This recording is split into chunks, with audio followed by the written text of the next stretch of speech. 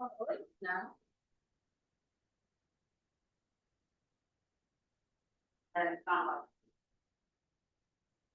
It's on my.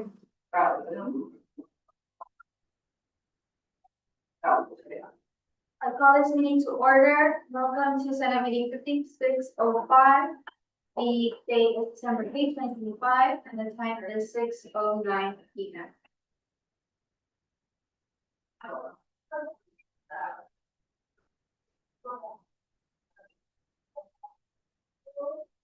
I will be opening up an acknowledgement at 6:09 p.m.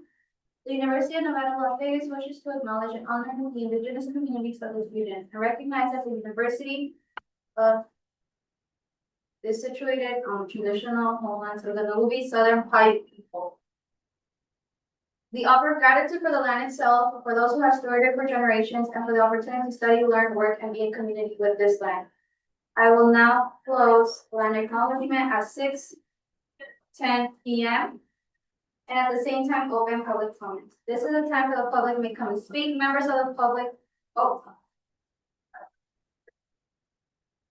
sorry, y'all. Yeah, none of them are on. Or like, none of it's on, but none of them are working. We turned it on. No, I just, if anyone's working, everyone's on and not working. Hello.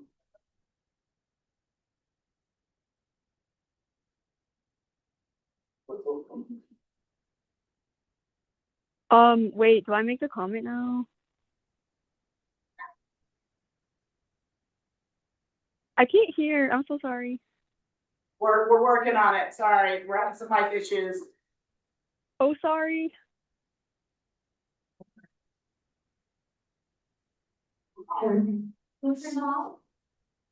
Hello. Let me just put the one on the podium. Make sure it works. Right.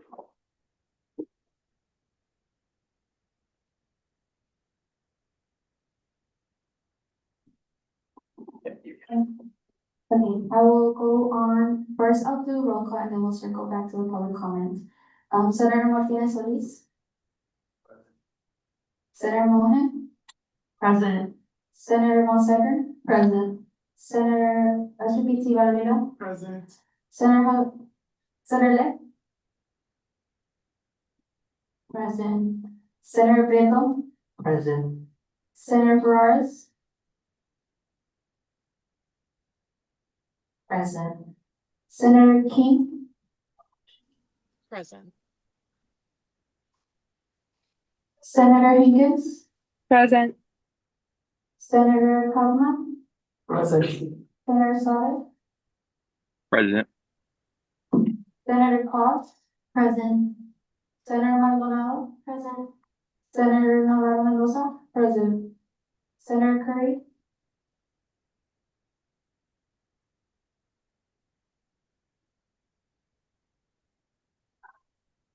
Senator Curry is an excuse. Senator Cameron. Present. Senator Brooks. Present. Senator Beals. Present. Senator Taylor. Present. Senator Leonis. Present.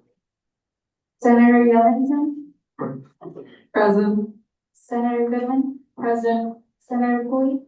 Present. With 23 senators, we are meeting quorum. I'll circle back at public comment and open it at 6:13 p.m. Members of the public, you are limited to 3 minutes for your public comments. Please refrain from saying any slanderous or defamation of character, as I have the right to limit your comments. Before stepping onto the podium, please state your first and last name and spelling out your last name for the record. Are there any public comments on the floor here in the room with us? Go ahead.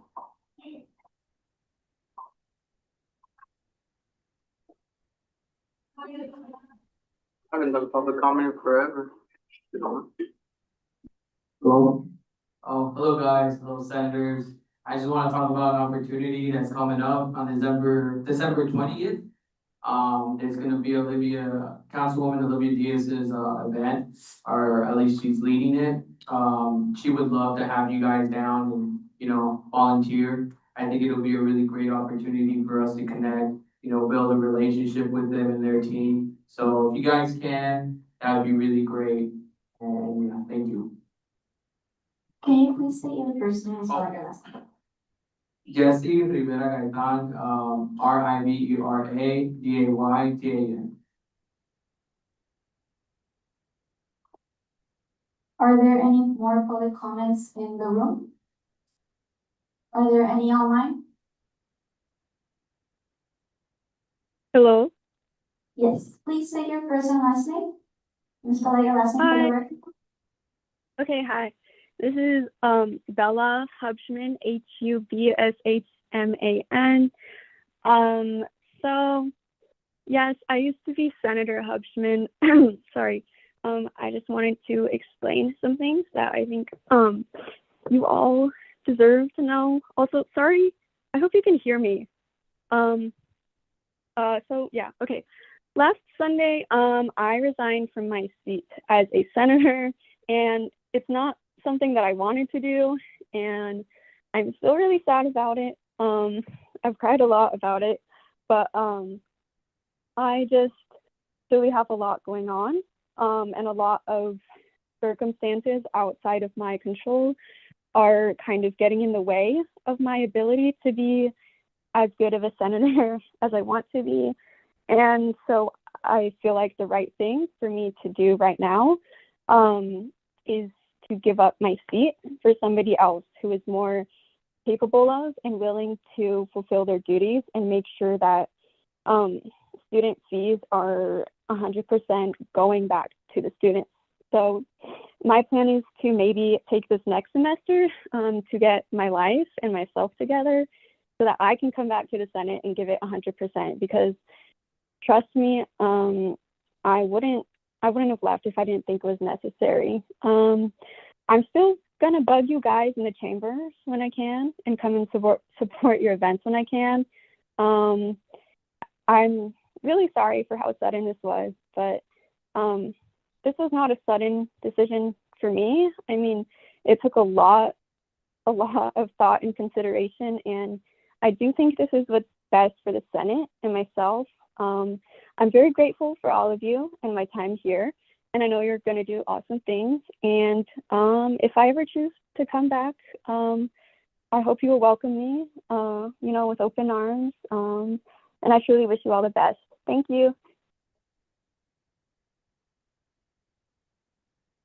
Thank you so much. Are there any more public comments? Seeing none, I will close public comments at 6:17 p.m. and at the same time open approval of minutes. Are there any discrepancies with meeting minutes 5604?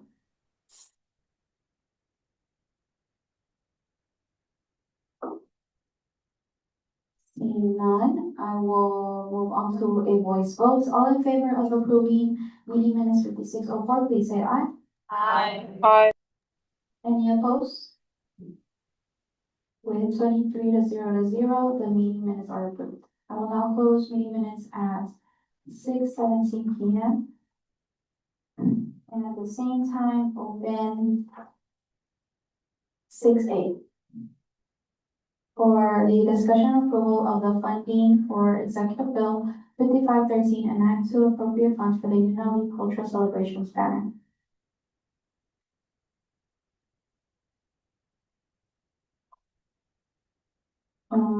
Vice President Solano or President Alonso, if you are in the meeting. I am here. Hi everyone. Okay, give me 1 second. Sharon, can you share your screen, please, to show?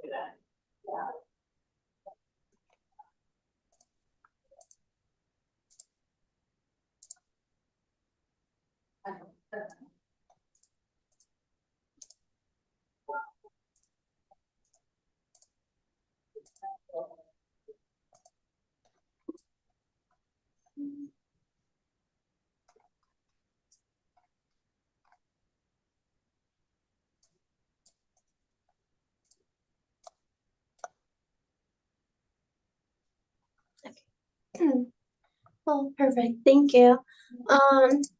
This is a project that Kelechi, President Densei, has been working for, well, pretty much all semester. We want to do something that helps like students feel represented, especially in times like this. So,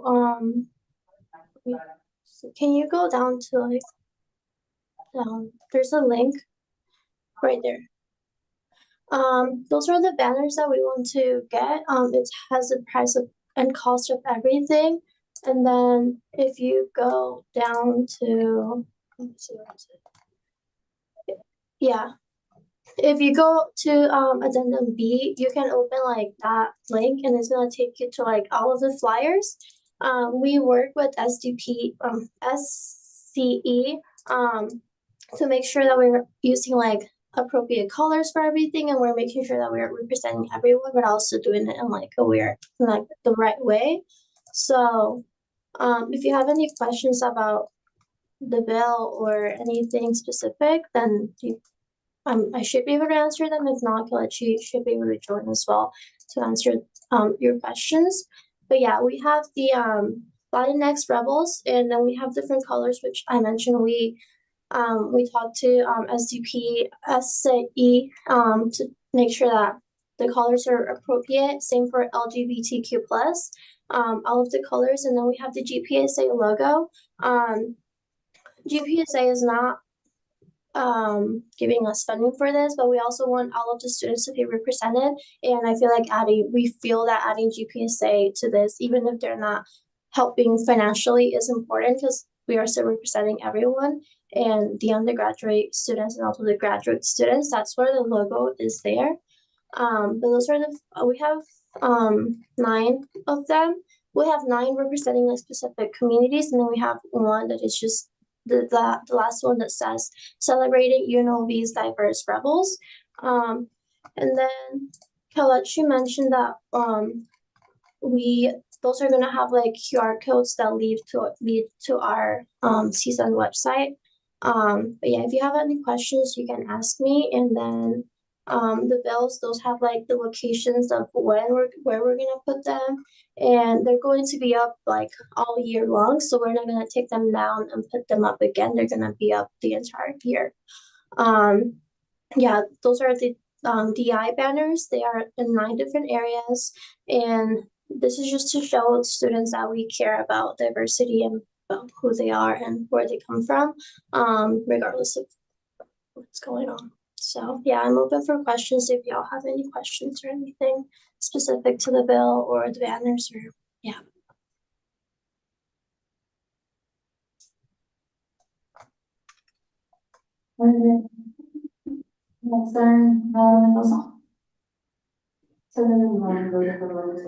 Hi, Princessa. So I know you didn't write this last specifically, so no worries if you can't answer this, but I was wondering if you knew what the colors for the Latinx specifically flag, like specific one. Just when I realized that it looks, well, there's 3 graphs in here, but some of them look very similar to like the LGBTQ plus one, so I was just wondering if you knew why those colors were chosen. Thank you. I can't hear that well, but you're asking for the colors for Latinx, like why we use those specific colors? Yes. Yeah. For when we were working with CE, we had different colors. We had colors that were like more pale and like different. But when we met with them, they just suggested to use like regular colors just for like representation of like everything. So there wasn't like a specific reason like these are the colors that we're gonna use. It was more like the colors that we had before were not like as appropriate just because they were like pale. I'm not sure to be honest. It's just when we met with them, well, Kalechi met with them, they were just like we should use like more like regular basic colors and specific ones, but I don't really know like the specific reason why we have like all of them. It's just that was a suggestion that they gave us. Senator Navarro Mendoza. Senator Navarro Mendoza. And also, I was gonna ask, since there's 3 concepts in here of the different flags, are we gonna be able to choose which ones end up going up, or is that just, just be what, essentially, what you guys are gonna choose? Thank you. I can't really hear what you're saying. Give me 1 second, I'll come down. Give me like 1 minute, I'll be down there. Okay, I'm sorry. Oh, you're good.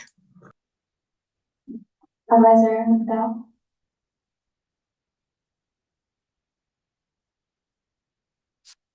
Hey, y'all, I can chime in a little bit. So I was in these meetings with President Junze and Integrated Graphic Services. So we, in order to develop these, we use IGS Integrated Graphic Services as the university's graphic department. Their graphic designers made these in concert with Student Connections and Engagement. So we worked with them to find colors that are typical for celebration of each different identity. I don't know why President Tuesday included all of the drafts in there, but the only ones that we should be looking at are the ones that say draft 3. The draft 2 banners are not correct. So the really only ones in there are the draft 3 banners. Those are the correct ones. And so we did go back and forth quite a bit with them. Oh, hold on a second. Sorry. I'll double check. Regardless, we can double check with President Tuesday after, which was the final version. I can go back and look at my emails. But regardless, we can work with IGS to make sure that we've got the final version before they go to production. Regardless of cost, the cost is the same. So that when you approve the bill, it'll be approved for the right amount, and we'll finalize the designs with IGS after before it goes into production. Senator Lavanito? Okay, I get the point, and I kind of also want to add on to that. I think the final is very identical. I think, I'm not sure that, like, I don't wanna say that we have to be greedy with our money, but like, it's like in my own personal opinion, that I think if, like, we're adding GPSA's logo on it, one is like to hear their input on it, but also two, is to see if they were like in any way, if they're like willing to contribute to it. Just because again, like, we're using our own funds for it. But yeah, same concern with Senator Mendoza that like at least someone that's Latino, the Latinx serving the Latinx rebels just looks really similar to the LGBTQ like plus rebels. And I don't think that I personally feel like offended in a way, but I definitely see how some people that may also identify in that way may also feel the same way. And so I like that we're still able to see what the final version of that is. To which that case is like, I think if there is another version to it, like, I think I would also like to see what that final version might look like. So like, I personally would like at least like to reconsider this, so we looking into tabling it, but that's my own view on Advisor Down? Sorry, I'm trying to pull the graphic designer's most finalized version. Sorry. I believe actually it's the one from draft 2, not draft 3. That is the color scheme that they're using for.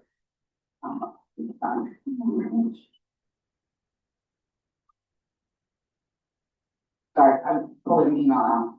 Okay, I can shed light on the GPSA conversation. GPSA does not have the funds to help contribute to this, but as Vice President Solano said, it was important to President Junze that these banners represent all students and not just undergraduate students. He had a conversation with President Nunez from GPSA. He was totally fine with CSUN moving forward as CSUN sees fit for the banners. They're not waiting to be part of the approval process. They were just happy to be included in the idea that their logos would be added to it, but basically President Nunez entrusted President Ojunze to kind of make the choices and for Senate to approve it, how you all see fit. And they were just appreciative to be added into the conversation, even though they don't have the funds to contribute, because they both agreed that they wanted the banners to represent all students on campus.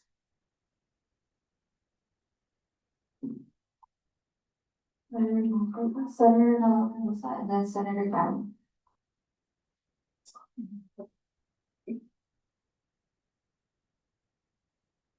Senator Navarro, for the record, I just want to say I do love this bill. I think that we should add more color to our campus and more just representation and the fact that we, care about these diverse groups. I was just wondering if if this passes today, if we are gonna be able to put more input on the banners, just because if we are looking at draft 2, I mean, it's essentially the LGBTQ+ one, the Latinx one. And I can't speak on the rest of the flags because I'm not sure about the colors, but as a, Latin student, I could say that, if I saw those 2 banners, I'd be like, oh, they just copy and paste it. So I was wondering if we would just be able to see like another draft of this on the floor. Yeah.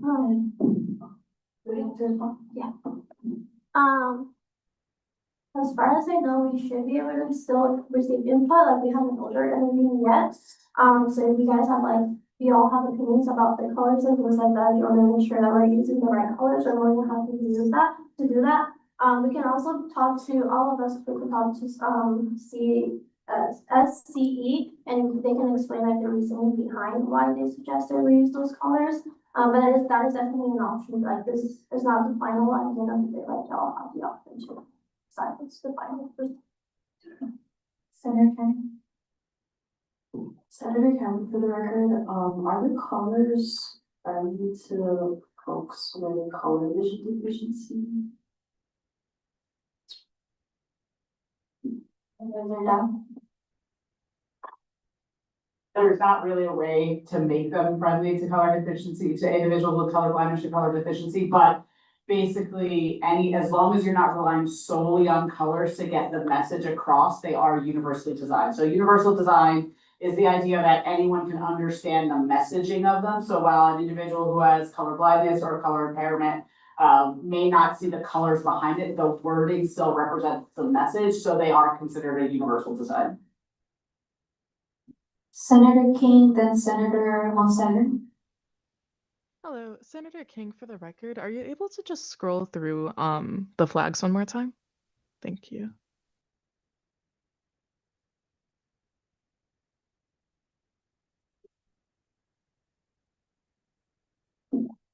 Senator Monsetter, do you wanna speak while I scroll? Yeah. Senator Monsetter, for the record. Do we have a plan for worst case scenario vandalism? With the political climate being as it is, I do find that is a very real possibility. Do we have a plan for any sort of preventive measures? As of right now, as what I've heard, we don't have a plan about that, but we're open to suggestions if you have any things like that. I'm pretty sure all of these are going to be in high places. It's not gonna be someone that people can just take and disrupt. I don't know, Marnie. I mean, if that were to happen, we would work with integrated graphic services on a reprint, figuring out pricing, whatever. IGS is doing, so VP for integrated marketing, Vince Alberta, met with us. And he is basically doing this entire project at full cost to you all. So all we're paying for is the true production cost of these banners. And then because we don't use our own grounds and maintenance services for install, they actually add all the install on all of the banners around campus are installed by a third-party company that they contract on campus. That is actually the bulk of the cost, is the install price from another contract, and they're gonna try to build it into when they're doing other updates on campus so that we're not like eating the full cost of that install, which is why it's so affordable. It's just under $3,000. And I think the whole cost of like the design services, which has gone back for several months, is like $150. They're truly just charging you all the very bare minimum because they also believe in this project and they just want you all to drive the bus on the funding and the design of them. Senator Hankins? Senator Hankins for the record. So under addendum A of EB 5513 in the Google Doc titled CSUN banners bracket estimate, at the very bottom, it says celebrating Rebels banners will be up for 1 calendar year and space will be evaluated for further use. What is meant by space will be evaluated for further use?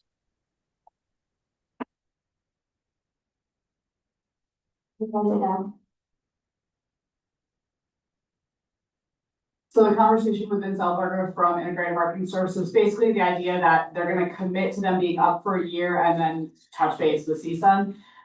They basically will put them up and as long as they still look good, we'll keep them up. For example, this is a project previous to CSUN, it was actually a student org project. We have banners that we put up like 6 years ago that are still up because they're still in good shape and they're your banner poles. We're happy to leave whatever content you want on them. So it's really an opportunity for us to be like, hey, they don't really want to do the labor of swapping them out all the time. This started with an idea from President Junze of more like having them all match and get swapped out monthly, but because that's an outsourced project and it's so expensive to have them put up and down, and we're kind of on the outside company's timeline, it's really hard to do that by month, every month.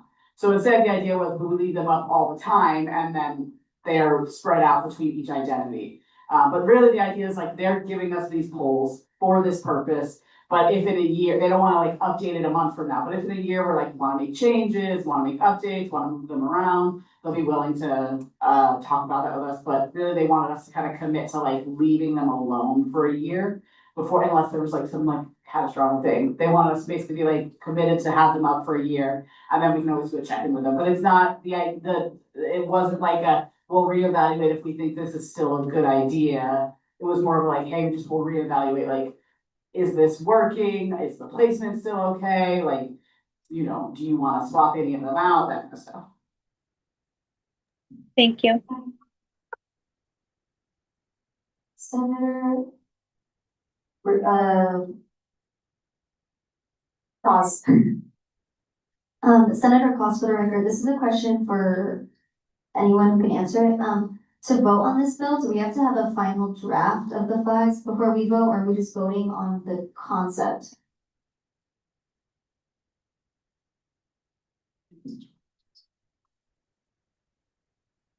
Yeah.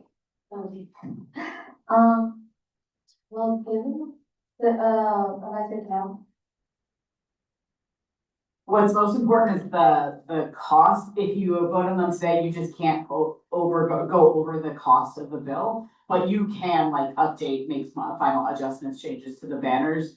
Unless you don't feel comfortable approving it without seeing final versions. I will tell you, the production timeline, they won't start any production until this passes here. So if it doesn't pass here, it's gonna be 5 or 6 weeks before you all see it again, and then the production timeline, we're all of a sudden getting close to the end of spring before this is going up. So the idea is like the reason that President Junze was trying to get this through before the semester ended was so that we could hopefully rush to get them through either at the very beginning of the spring or within like a couple weeks.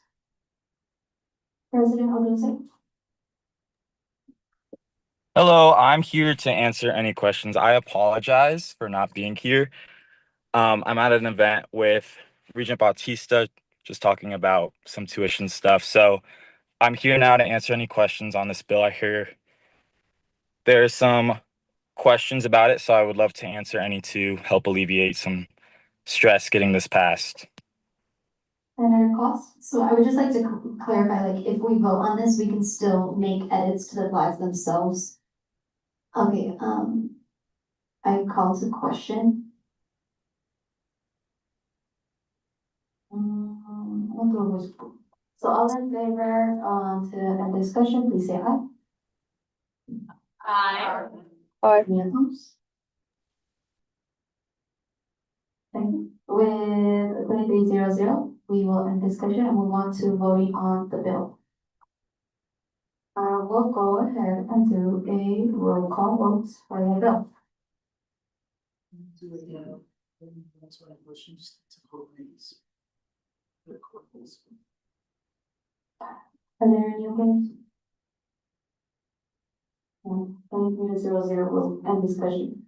Senator Cameron. Yay. Senator Brooks. Yay. Senator Beals. Yay. Senator Cos. Yay. Senator Maldonado. Yay. Senator Higgins. Yay, sorry, it wasn't picking up earlier. The microphone, I mean. No worries. Senator Navarro Mendoza. Yay. Senator Taylor. Yay. Senator Kaufman. Yay. Senator Sonic.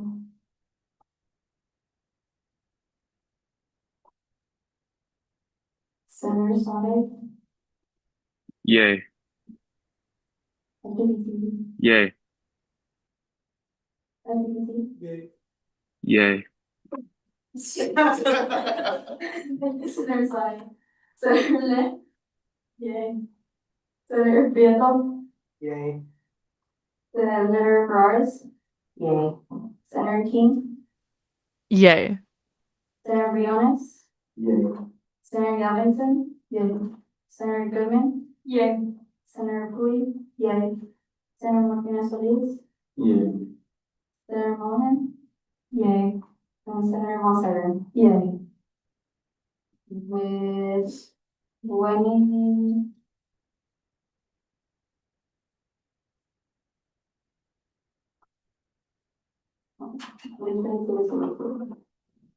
The bill passes. Congratulations.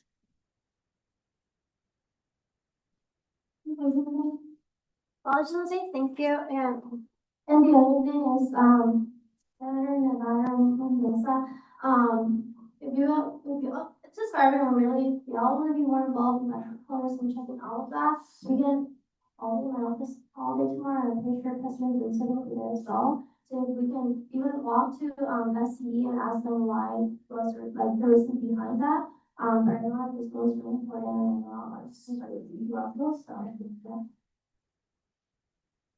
And for the record, Senator SPPC will have you on for Campus of Justice 41. We are at 1 We will close at around 6:08 at 6:42 p.m. and at the same time open 6B, the discussion and approval for the funding of Executive Bill 5514 and act to appropriate funds for assistant audit and check upgrade.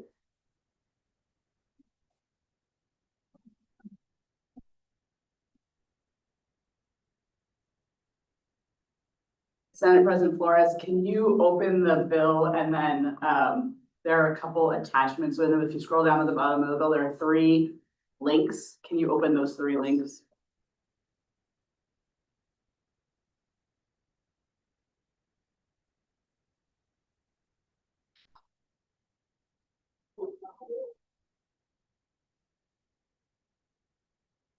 You want me to just take the mouse? I can go back and forth between them.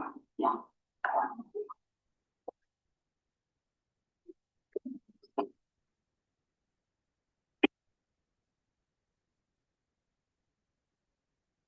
I apologize, everyone. I'm getting over the same plague that everyone seemed to have. So thank you for your patience if I pop through this. I'm gonna go through this one first. Okay. All right, everyone. So can you all hear me? I feel like this is not recording. All right. So today we're going to talk about a furniture project that the e-board and I have been working on basically all semester. I'm going to give you some background first and then talk about the scope of the project and the different price points that I'm going to present to you. I'm going to present this project to you at 4 different price levels. for you all to decide, one, if you want to move forward with the project, and two, at what price level. Okay, so some background, let me talk about the furniture you currently have upstairs in the CSUN offices, where it came from, and where this project come from. So all of the furniture that we have upstairs, and we're talking about in the Senate chambers, in the conference room, and the director's chambers. Every single piece of that is hand-me-down from Student Union Event Services of equipment that they were getting rid of because they no longer had use for it or it wasn't in good shape. Okay, all of your furniture is that hand-me-down furniture. CSUN has never had the funds to really buy professional grade furniture, with the exception of the furniture that exists in the e-board offices, because those were original to the building. But everything else, all of your like conference tables, I'm gonna put that in air quotes, are just hand down tables shoved together. The red chairs inside the chambers, hand me down, those were the old ballroom chairs from Student Event Services. So they weren't even new to us when we got them, okay? So that's kind of context number one. Putting that aside, we talk about context number two. So for those of you who are not in the Ways and Means Committee, I'm gonna do a very brief crash course in what our interest-bearing account is, so that there's some context of where this money is coming from. So this bill is written to take funds out of your interest-bearing account. So for those of you who are not on Ways and Means and don't know when I say interest-bearing account, or we often will say the IBA, that is basically your savings account, okay? It is designed in the treasury section of your bylaws to be used for campus-wide projects, emergency projects, campus improvements, etc. The idea of your IBA is for that, or in case of emergency. Your current balance in the IBA is incredibly healthy. It's the healthiest it's ever been, actually. You have about $630,000 currently interest-bearing account. That is more by a lot, and I'll tell you why it's more by a lot. So for those of you who are newer to CSUN, you may not realize that we had a fee increase this year. It was the first time that the CSUN fee was increased in 11 years. It was sorely and direly needed. CSUN was in a place that if it did not pass, it was no longer going to remain financially insolvent unless we started cutting back on things like scholarships, sponsorships. We were tied to so many things in our bylaws that the fee from 11 years ago was no longer covering. We're very glad to have that fee increase. We're very grateful so that you now have a much more healthy budget. But what that meant for the last few years is that no money got added to the interest-bearing account. The only way that CSUN was able to remain financially, so every year there's a little bit of rollover money. Your money is budgeted in a specific way. So like your wages, you'll always have a few positions that are unfilled. Like right now we have a couple seats that are vacant. So there's always a little bit of salary savings. There might be from departments a little bit of money that like didn't get utilized for programs or things like that. So there's always going to be a little bit of money. Also, when we build the budget, it's always based on a conservative estimate. We actually don't know how much money you have in the year until all that money comes in, which we don't actually know until the end of the year, how much money you actually got. So we estimate very conservatively. And so often you'll end up having taken in more money than we conservatively estimated, because then we want the opposite problem. So with that in mind, often at the end of every fiscal year, there's a little bit of a rollover, there's a little bit of extra money. And then the executive board, primarily the president, has the ability to decide whether that money gets rolled over into the next fiscal year or gets put in your interest-bearing account, okay? The IBA is, what it's not designed for is day-to-day operational costs. That's what your annual budget is for. So for the last several years, no money got put into IBA. It all got rolled over into your annual budget. That was the only way you were fiscally solvent, because just the money you were taking in wasn't enough to cover your budget. You really needed to use the little bit of leftovers from the previous year. So this is the first year that President Dunze, that the president really had an option of what to do. So President Dunze, at the start of this year, President Dunze and the rest of the e-board made the choice. There was a $250,000 rollover. It was higher than we expected because of enrollment data that came in and some unspent costs from last year. So this year, instead of rolling it all over and giving you an extra $250,000 in this year's budget, they only rolled $50,000 of that over and were able to put $200,000 into savings, which had not happened in at least 3 or 4 years, because it just wasn't an option. So at the same time, the last few years, CSUN had been incredibly conservative with what they spent out of the IBA. Because if we didn't get a fee increase, that was how we were gonna stay in the black. We were gonna have to take money on an emergency basis out of our savings account until we could get that fee increase. So CSUN have been a little conservative on spending out of that at the same time. There is always, in general, the advice that you should have a few months of operating costs in savings in case of some sort of catastrophe in which enrollment might tank and you take in less than you expected. So you should never spend that down to zero.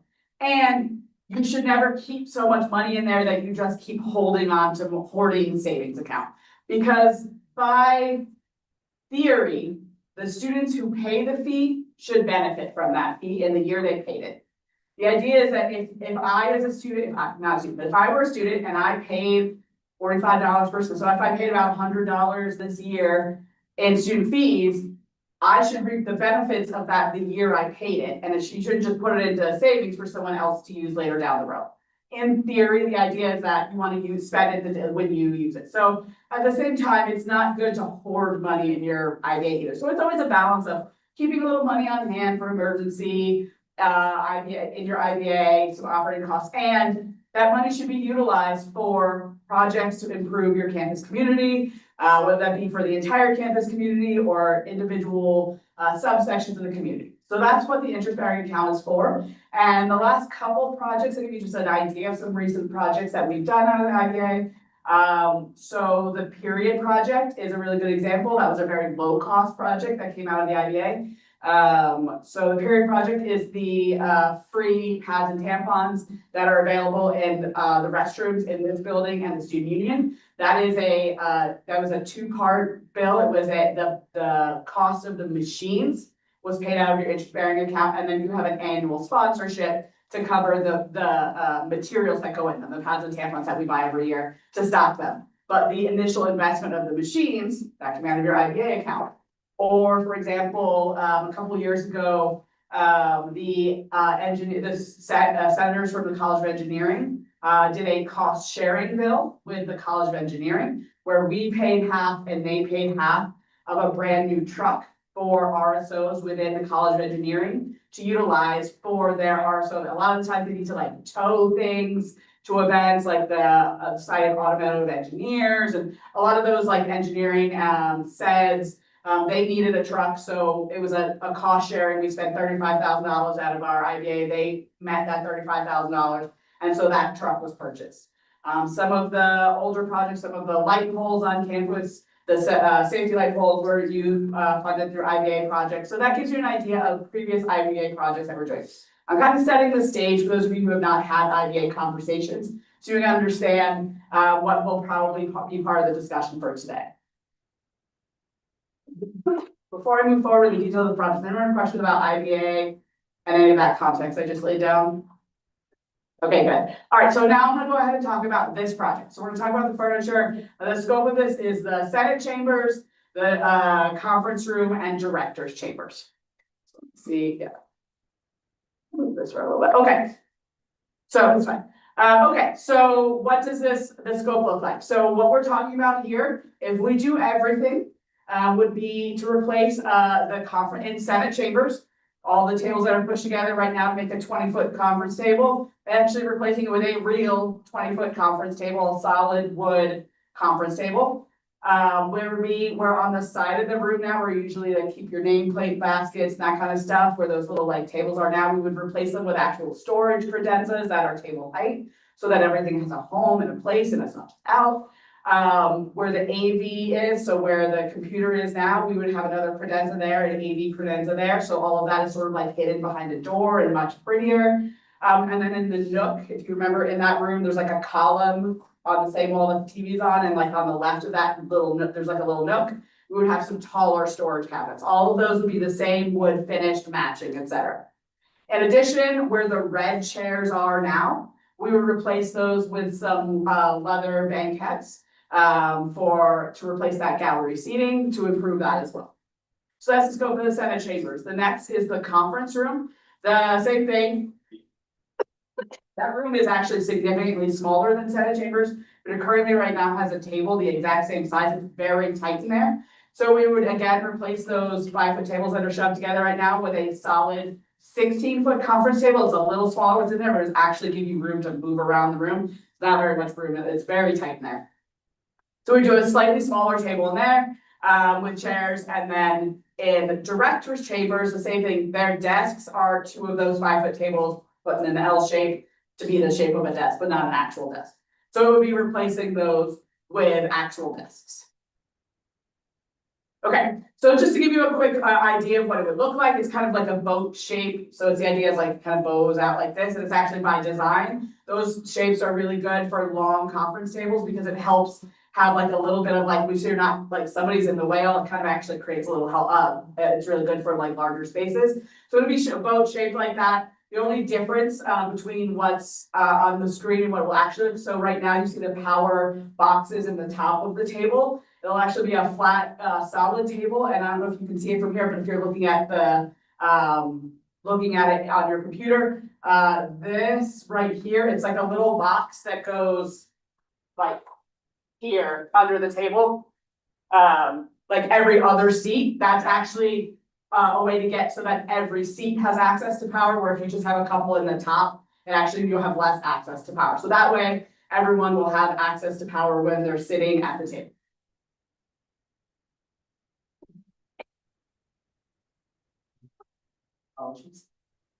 Okay, we're gonna talk about chairs for a second. So we have a couple options with chairs. So we currently need to purchase in order to do this project, to do both the Senate chambers and the conference room. It would be about 30 chairs, but we would purchase 35 because we always need kind of, there's oftentimes we need to pull up an extra chair or we play musical chairs around. So we always would want to have a couple extra. So the quotes are for 35 chairs. The chairs are expensive on the quote for a reason.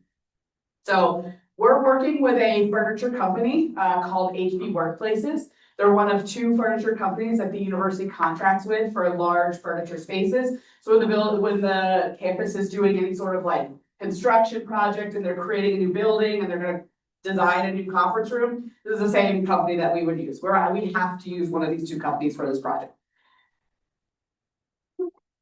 So the chairs that, if we get the chairs through HB Workplaces, that we would get for them, they are expensive. They're $550 a chair. This is the most affordable chair that they could give us that was still like an executive style leather chair without moving to like something that looked like one of these chairs, okay?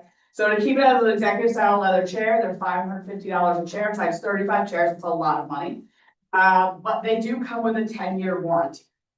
The alternative is to buy chairs from Office Depot. They're about 55–60% of the price, but they come with no warranty. The chairs that you all have up there now, those are Office Depot chairs. They do not last 10 years. In no world will the chairs that we get from Office Depot last 10 years. We all know that there are chairs upstairs that are like screws falling out, stuff like, okay? So this is one of those cases where I would say, even though it is a much higher price point, my advice to you all is to purchase the more expensive chairs, because if you have to replace the less expensive chairs within less than 10 years, you've now spent more in the long term than if you just bought the more expensive chairs from the start. And they come with a 10-year warranty, so if something happens to it, we just get them replaced, okay? So that's why, but I am giving you price points with both the chairs, because it does make up a pretty vast difference in the overall cost, because we're doing it times 35 chairs. Okay, so then this is a little artist rendering on the left. You'll see that Senate chambers. So what you don't see in there on the left wall is where the red chairs are now. Those just aren't in the artist rendering. So that's what I talked about. The 20-foot table, the credenzas on the right side of the room, that 80 cabinet that's in the corner is actually next. It'll actually get pushed next to the column. That's where the computer is now. And then the taller storage cabinets on the left to make use of that strange little nook space there. And then this picture here, this is one of the few things we're not going to get from HB because we're just going to get from Amazon. Because if we have to replace them, they're not super expensive. These are what the banquettes will look like. So we'll get like, I think there's room for about 4 or 5 of those on the left to replace the red chairs. Okay. And then let's talk about director's chambers. Okay, so then these are the desks that your executive board picked for director's chambers. We are going for a more cost-effective route in director's chambers. These are coming from, instead of coming from HB Workplaces, these are coming from Office Depot. They're about $1,050 each. They are not ones that are gonna last you 30 years. This conference table that we're talking about is still gonna be there in 25 years. The furniture that we have in all the offices, that's 25-year-old furniture and it looks fantastic. So we're talking about an investment in your space. We're not gonna invest in it nearly as expensive desks for director chambers because it's a more internal space. There's less traffic in the spaces. So that's one of the ways we tried to save some money on this project. So by the time you do the 4 desk areas in there, it costs about like $4,200, okay, of the quote. Okay. So I'm gonna present you 4 different budget options, but before I do, I will always give you the caveat. This is, you have the purse strings and this is entirely your choice on which of these you choose, and it is at the discretion of this body, how you spend your IBA. This is one of the rare instances that I am going to strongly advise that you choose the most expensive option, which is not usually what you'll hear from me. And there's a very distinct reason for it. It will cost you less in the long term over several years if you do it all at once and you do it right than if you use less expensive options. And I'll explain as we go what I mean by that. But that is why I am going to encourage you to do the most expensive option, but it is expensive. So if you are leery of that, I'm going to give you some more cost-effective options, but I'm going to encourage this first option. Okay, so option number 1 comes in at $51,000. After I go through these, I'll show you the itemized quotes, but so, to do everything I just talked about, the whole shebang, the chairs from HB Work, the more expensive chairs, all 3 spaces, every piece of furniture I just talked about is $51,000. $46,000 of that comes from, the 2 tables, the 35 chairs, the credenzas, all that, and then we'll get a few things, a couple things from Office Depot and a couple things from Amazon, okay? This is option number 1. Option number 2 is to do the exact same scope with the less expensive chairs. You'll see it costs you about $11,000 less, but again, I'm gonna go back to you will spend less now, but over time, you'll spend more because those chairs will not last you 10 years. So it might feel like you're making a more fiscally responsible choice to do this at a lower price point, but over time, you're actually gonna spend more out of your IBA if you do it that way. Okay. So option number 3, we've had some people express some concern about including the conference room in the scope of this project. So basically what I'm gonna do in option number 3 is take the conference room out of there. So it would be just Senate chambers, the new table, the chairs, credenzas, everything coming from HB Workplaces and director's chambers at $37,000. And then the most cost-effective option with the lease that we're covering is option number 4, is to do just Senate chambers and directors, keeping the conference room out of it, using the less expensive Office Depot chairs that don't have a warranty. That one comes in at about $30,000. Okay, I'm gonna exit out of this. Can you just hit escape for me? And I'm gonna break down the quotes that are also in there real quick. So. Okay. So. All right, so you have 2 quotes in here. Let me see which one's which. That one say, what does it say on the bottom, 24? Okay, I'm gonna go to the more expensive one first. So this is the itemized quote from HB Workplaces. Basically, this is like every single piece that goes together to do this entire project. It gives you the line by line. It's a little more detailed than you probably need, but this is where that $42,000 in that quote number 1 is coming from. So it's doing everything from HB Workplaces. It's giving you the price of everything. We want to really focus on something at the very bottom. I'm going to go back to why is this less expensive if we do this now than later. I wanna focus on this installation, drawing, delivery, fee, okay? If we do it all at once, we only pay the fee once. If we break this into two projects, saying like, oh, we'll do Senate chambers now and, the conference room at another time, we're gonna pay that twice. We're gonna pay for design and install and delivery a second time, meaning in the long term, it overall costs us more money because we're paying the company twice to do the design, install, delivery. Does that make sense? And then the other one I put in here, so this is them with their chairs, and then this is them leaving the chairs out of it, knowing that we would order the less expensive chairs from Office Depot. That's what the three attachments that are in the bill. I think I covered everything I want to cover. I'm sure you all have questions that I'm happy to answer. Thank you. Are there any questions, Senator Cost? Senator Cost, for the record, I'm very in support of redoing Senate chambers and redoing the conference room. I think it's really important to redo them both at the same time and that we do it all with the chairs and everything. My only concern is the desks for the director's chambers. So first of all, if we remove that, like doing the desks at a later time wouldn't like make it cheaper over time. Because I know that the main reason for this is so that our spaces look nicer for the people coming to have meetings there and for people seeing everything. So I just don't really think that doing the director's chambers is necessary because that's not really an external space. It's a very much internal CSUN space. And then second, the quote for the director's chambers desks that we picked, the reviews are really low on those desks. So I don't know if we should pick a different desk because the reviews are like 3 stars. But I am in support of it without doing director's chambers as of now. And if we did it on the road, it wouldn't matter with the delivery fees and such.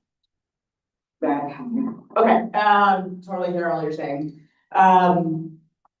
That is the most cost-effective part of your project. The reason we're using an Office Depot desk is that because it's an internal space, it didn't feel like using the much more expensive desks from HB workplaces. This was a way to do that same upgrade. Part of the reason that the e-board and I wanted to push this forward is about the professionalism that the look of your space exudes and what it conveys to your constituents, to each other, about how seriously you take your work. In the scheme of your funds, $4,000 is incredibly affordable. So it's one of those things, if you're gonna do the project, I just encourage you to do it all at once. You absolutely can amend it out. It's one of those things like in the percentage of your IBA, it's such a small percentage. I kind of feel like you just throw it in and do it all at once, but totally up to you all. And I would like to add on, like those as advisors, well said, and I hear what you mean.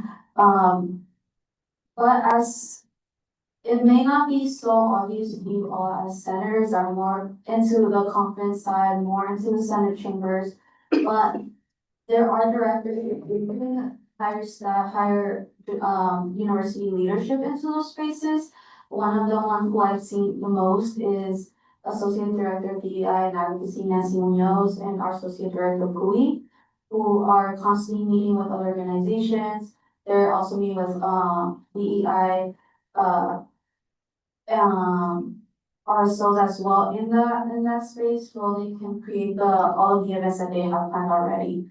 And like Advisor Dow said, the cost is, like if we look into our total, what we do have in our IDA fund, $4,000 is not much of taking away from it, so it is just, might as well do it all together now that we're thinking of doing this. And just like Advisor Dow said, it's also about the professional setting. Like you come here, you hear student governments, and then if we compare our spaces to other spaces of other student governments, ours is not, we have plastic tables. So, yeah, and that's, Associate Director of DI and Advocacy and Specific. Yes, hello, Associate Director Munoz for the record. I did just want to echo Senate President Flor's remarks. I'm always in the director's chambers. I basically live there 24/7, as well as my other associate director, Fui. And we are constantly meeting with different RSOs. We're constantly meeting with different groups on campus, and letting them into that space is really important that we really showcase that. And so I'm a little concerned with the reviews, but honestly, because it is such a small portion of the budget, I would really recommend just doing like everything. If we're just gonna expand everything, that room is a part of CSUN, so I would really recommend that we just expand everything and allow our directors and associate directors to really enjoy the space that they work in with that desk. Thank you. Senator Balsander, and then Senator Brooks, and then Senator Lewis. After being in the Ways and Means Committee, I've given this a lot of thought. I personally feel like this is a huge investment to kind of purely aesthetics. I feel like the space we have is functional, and I feel like I don't think we're viewed as less professional because of the space. I think our conduct is incredibly professional. I know everyone's meeting, and I also feel like the Senate chambers isn't used particularly often outside of internal like conference meetings or maybe with higher leadership. But I feel like this isn't benefiting the constituents who the money is coming from. Personally, thank you.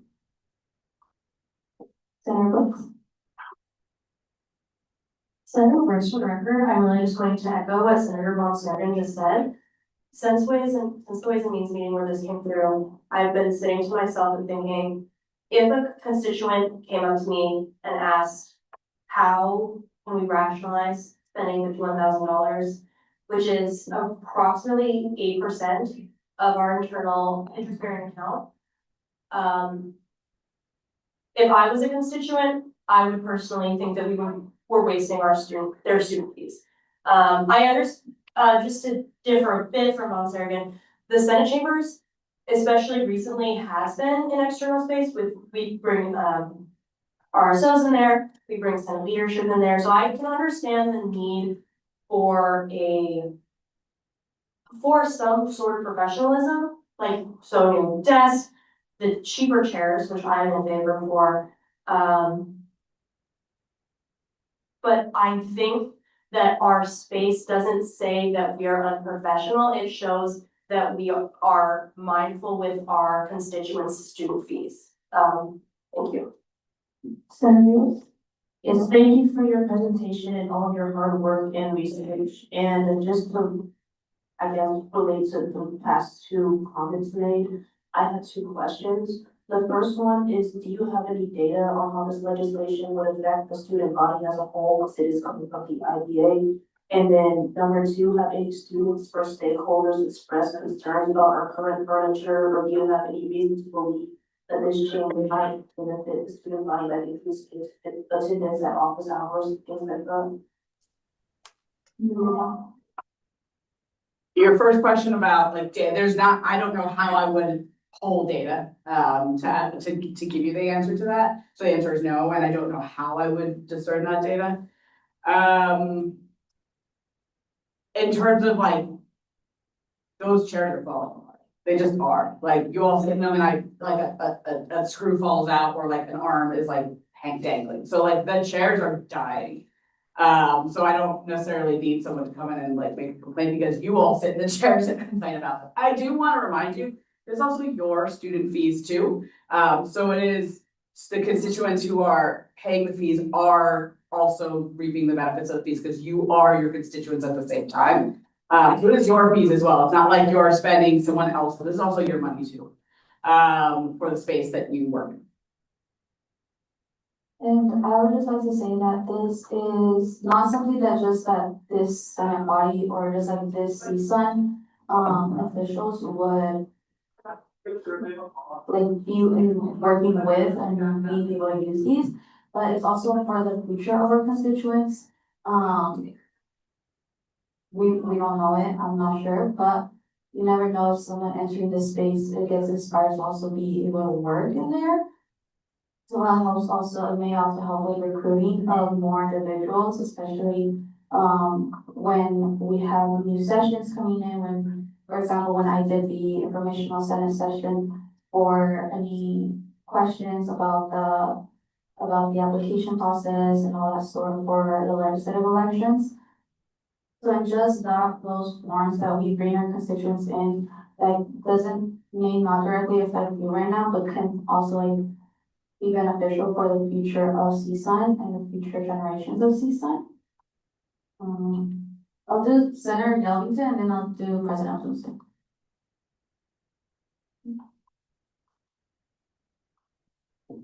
Senator Yellington for the record. I think that the chairs and everything are much needed, but regarding the desks in the director's chambers, I was just looking like on Amazon, for the desk, because Senator Cost said something about the reviews, but I found the same desk from seemingly the same, brand that is like a fraction of the cost, and there's more and better reviews. But and other than that, so it says they're $7.99. But I was just wondering, like, because sometimes, sorry, the desks that we currently have, people can sit on both sides, but because there's like the panels that go all the way down, do you think, I was just wondering like the process of how you guys chose these desks specifically, just to clarify. The new desk, the new desk Yeah. are supposed to, Yeah, the new desks. those are essentially more of the length that we already fit of the combined desks that we have right now, so I don't know how many feet is it long? Of like the current table that makes it up. You mean the conference table or the desks? I think she's talking about the desks. The desks, yeah, just because I found the same ones from the same brand, but a different manufacturer, or I believe, but it's like the cost is a lot lower. And also just wondering like if the desks will be as functional, not having like the seating on both sides because there's a panel cycle all the way down. And just wondering how you guys went about choosing these desks specifically. I can't speak to that, but I can speak to Hello. the why we use Office Depot. The university has specific contracts, and we're supposed to use who the university wants us to use for furniture. They don't really want us to buy furniture for Amazon. They want us to buy furniture from either one of the professional furniture companies. Office Depot is also listed as a approved university vendor for furniture. President Johnson. President Johnson. Hello, did you call on me? Yes. I apologize. Sorry, President Odunze for the record. Yeah, I was gonna echo much of what you said. We have to think of this as an investment. Of course, it does look like a lot of money right now. But when you think about how long these desks and chairs and tables will last, we're talking 30 plus years.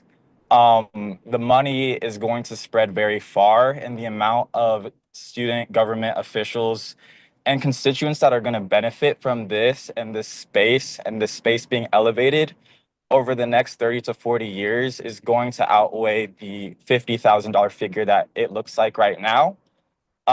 And so I really suggest that we go with the long-term highest price because it's what's going to last us the longest. It's what's going to get us the most with the money that we have. And we really do want to have an elevated space. I know all of us are saying that it is a professional space, which it is currently, but we want to elevate it. We want to show that we are a serious student government, that we conduct serious business, that we can have serious meetings, and that we have a space that reflects that and a space we can be proud of, space that we can be proud to invite people into. I think a lot of senators find it hard to want to meet with constituents in there. I feel like so many more constituents would be invited into that space if the tables and chairs were professional, were clean, were nice. I see those tables with stains from food all the time, and I think it's because senators and CSUN officials don't view it as a professional setting. And so that's what this is for. It's to elevate it. It's to show that we respect it and that we respect ourselves as well. And so I know it looks like a lot. but you have to think of the long-term impact of what we're doing with this. So that's just what I wanted to say.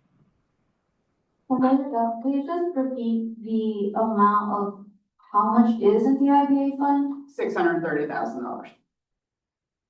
And, there is also stuff that happens with the IBA if it reaches a certain limit. Could you go into detail of that one? Yeah, so I can't give you a specific number because it doesn't really exist. But there is a point, so every year you all give a financial report to the Board of Regents. It just happened last week. And the Budget and Finance Committee, President Odunze and Advisor Palacios were prepared to take questions. We didn't get any questions this year, but every year we have to do a financial disclosure to the Board of Regents. They start to ask questions when your IBA gets too high because what they see that is, oh, well, you're not spending the fees you're taking in, you're just hoarding it and not spending it.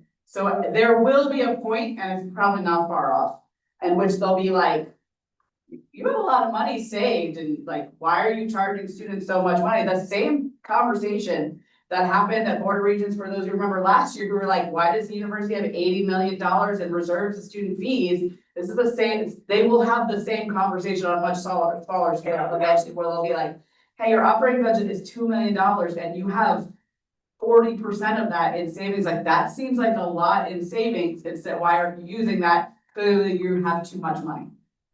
I can't give you like a dollar value for that.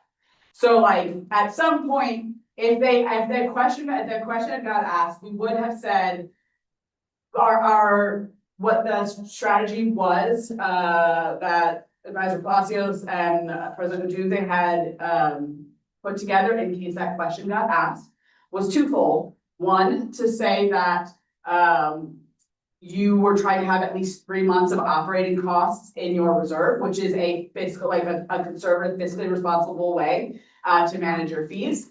So that would be about $500,000. The second part of that would be to say, because for the last few years, we have been worried that our fee would not stretch far enough, we were not doing as many projects so that we could have more money in our interest-bearing account in case of emergency, and that emergency being we no longer have enough ed fees coming in to cover what we're providing to students, and we either have to take money out of savings or cut services to students. So that was the conversation that if those questions had come up, we would have had, but more money that keeps getting added to IBA, yes. What Senate President Flores is saying is, if we keep adding money to IBA and not using IBA, the Board of Regents will eventually be like, you have too much money. Flat out. It has happened in the past. Yes, and with that, I would also reiterate the fact that there hasn't much of IBA usage in the past, even when we were almost getting to that merge a couple years back, I believe when I first started off, that the money was getting a little bit too much in that account, and we were pushing for IBA bills, and there was still like no senators at the time were willing to take an IBA project until a tragedy struck, and we, Senator Curry, the constituents decided to make the Crane project UNLV letters. But again, it was until a tragedy had to happen for someone to take initiative to use that money. It has been there, and like, this is a very small percentage to what the whole budget is. And even if we were to take it out and use them, and you all vote yes on this bill, there would be still plenty of money to create numerous of other projects. And to be clear, I am never gonna advocate for you to spend money for the sake of spending money. Never. That is not a good use of student dollars. You have a responsibility to use your fees in a responsible way. That's never what I'm gonna advocate. I am gonna advocate that once you start to have too much money, that you start to use it in strategic ways that will help improve CSUN or the student body. And I forgot to mention, but if you may not know how to use the IBA, one of the setting points is that one of the criteria for a project that use, like, let's say you are planning to make some construction outside for right, let's say before the police polls were even up, SESUN was speaking about that coming out of IBA, and they were partnering with university leadership. And the project has to be matched if they're coming out, if you're partnering with the outside like organization, so you would, like, it could cost $600,000. But we would be able to provide half and someone else provides half, so then it'll still rest as a $300,000+ in the IBA. Point is that there's a lot of going in, especially still with the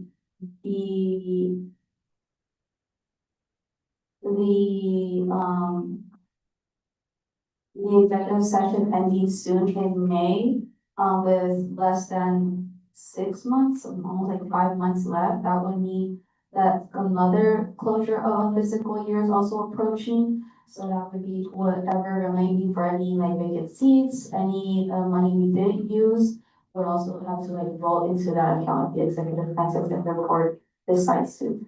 So as the advisor now said, there's always gonna be, unless we're in the shortage that we were the year before, there's always gonna be money flowing into that account and they can't build up. Senator Yellington, Senator Brooks, and then, no, Senator Yellington, Senator Warren, and then Senator Brooks.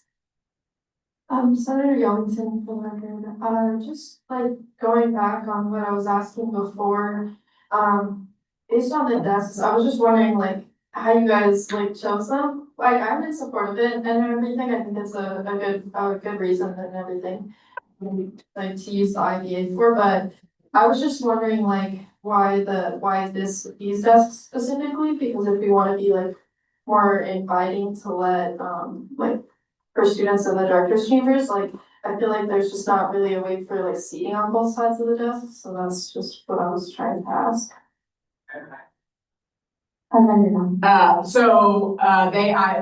They brought it, originally the project was gonna include director chambers, and then the board was like, hey, can we fold this in? And is there a way that we can do it economically instead of using the outside, the HB workplaces? So I went on Office Depot and found some options. I gave them like 6 or 7 options that are like within your price. I mean, I could have picked 25, within there, it was like within the like $900 to $1,300 range. I gave them like 6 or 7 different options that were affordable, functional, that we're gonna do, and that those are just the ones aesthetically and within the price range that they preferred of that list I gave them.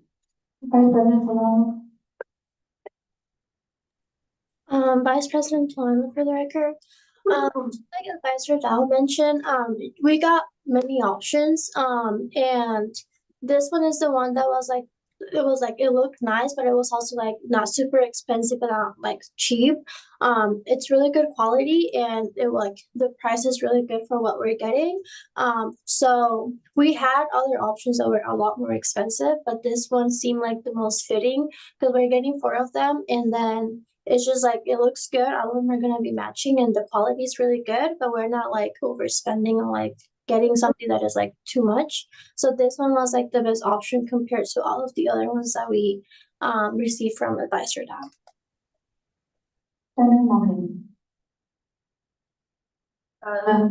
Senator Moen for the record. I wanted to ask if there's any intention to what we're gonna do with the furniture that we are replacing, if it's just gonna go to the trash, or if somehow we can make a plan to recycle it somehow. There's actually a university policy on what happens to it. So unless we keep it or gift it to some other department on campus, which I would do, I'd reach out to our student life partners, be like, hey, we have all these tables and chairs, anyone mind, like literally just come and get them. The university's policy is that any inventory that's owned by the university goes to a department called surplus. So some of you might have seen, it's like a warehouse behind the Popeyes on Maryland and Flamingo. That is the university's surplus warehouse. So any department that has like, I can't just throw it away. Like we're not allowed to. We have to basically call surplus. They come and take it, and then they take it over to the warehouse, and people, it's kind of like a garage sale. People come like there's computers there's furniture, there's all sorts of like equipment from the university. When the university like upcycles to new equipment, we have to set where like, unless there's another department that wants to take it off our hands, which is how we got it in the first place. we have to send, like, the policies we have to send into surplus. Same line. Just a follow-up question on that. Is it only departments that we're partnered with somehow, or would we talk to any department interested? I mean, if if you know of a department that wants those tables and chairs, once we replace them, happy to give them away. I mean, I would start with like our student life colleagues because they're the ones that we work with most regularly, and also student life departments tend to have the least amount of money. They are not nearly as well funded as other departments, so typically they're more likely to be like, yeah, we could use some hand-me-down. But I mean, the idea is we try to see if there's anyone on campus who wanted it, and then if nobody wanted it, we would give it to surplus. Senator Bruce, for the record, if we're suddenly considering the director's chambers as an external space, I don't see why that space doesn't also deserve a full, like, remodel. Like, new desk don't drastically change that area. And as in regard for like, that we can't buy desks from Amazon because we have to partner with companies for furniture. And am I incorrect that the gallery seating is being purchased from Amazon? Yes, because I couldn't find what we needed from Office Depot. I couldn't find like within the same price range for what we needed. There is like a little bit of latitude, especially when we're talking about things that are like very like low cost. But anything that's like substantial, they want us to use so if you go to like if you Google like UNLV preferred vendors, there's like a list, and if you like that of vendors that we're allowed to use, and there are 3 furniture companies on there. We also did get a quote from, there's 2 like major furniture companies. The university procurement policy is that any project over $25,000 requires a second quote. So we actually did get quotes from both. The other company, it was very close in price. I think it was like $1,000 more, but they were not as easy to work with. And it was taking like the cut back and forth. We weren't getting the same service we wanted from them, which is why we chose HP.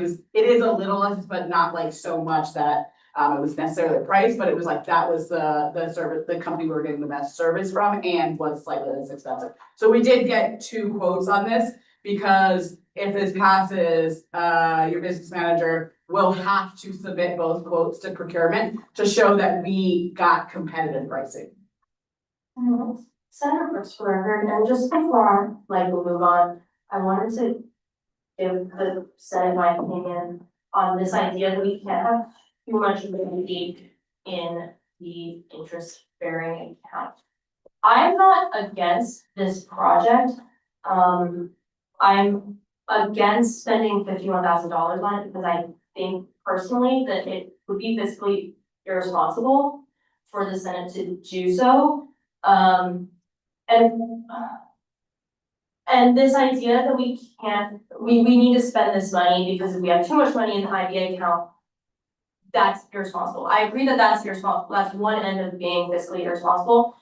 But spending money just for the sake of getting the money out of there and nobody else is bringing forward IBA bills, that's the other end of fiscally irresponsible, and not one isn't better than the other. So I just wanted to give a contrasting opinion on that. Yeah, like I said, I would never encourage you all to spend money for the sake of money. I would encourage you to spend money on projects that are worthwhile. And which is why I, as your advisor, think this is a worthwhile project.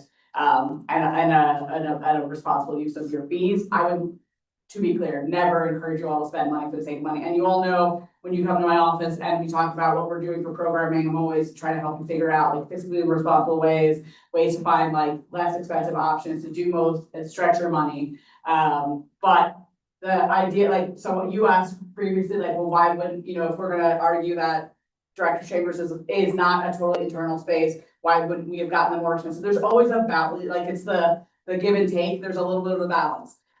Your conference room and your Senate chambers are much more public than Senate chambers, so the investment makes sense in there. Whereas a more economical, opportunity, which is still an improvement in Senate, chamber and director chambers made sense. It's like I said, it's the like, where does it fall on that scale? It seemed appropriate.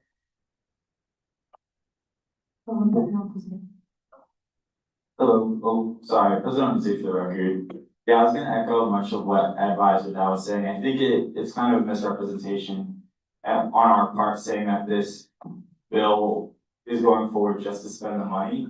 That's not what this is for. It's a long-term investment in our space and in our student government and our university as well. To again, elevate the space and make people want to come and be there, want to hang out. And I think having it be more inviting, like I said before, will make you all invite more constituents, maybe have mixers in there. I think once it's a more presentable space, which it's not right now, and it reflects in the way we treat it. As well, like I said before, there's always food stains, there's always trash, crumbs, napkins left all over the tables. And it's because we don't respect the space, and it's because it looks the way it does.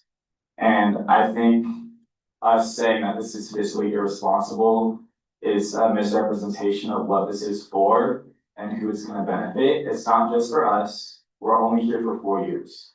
We all know that. This is for the future student government leaders who spend so much of their time. You guys are here in the space, study week. You guys deserve to have a space that reflects the work that you guys put into the student government and the hours that you spend here. And future student leaders also deserve that.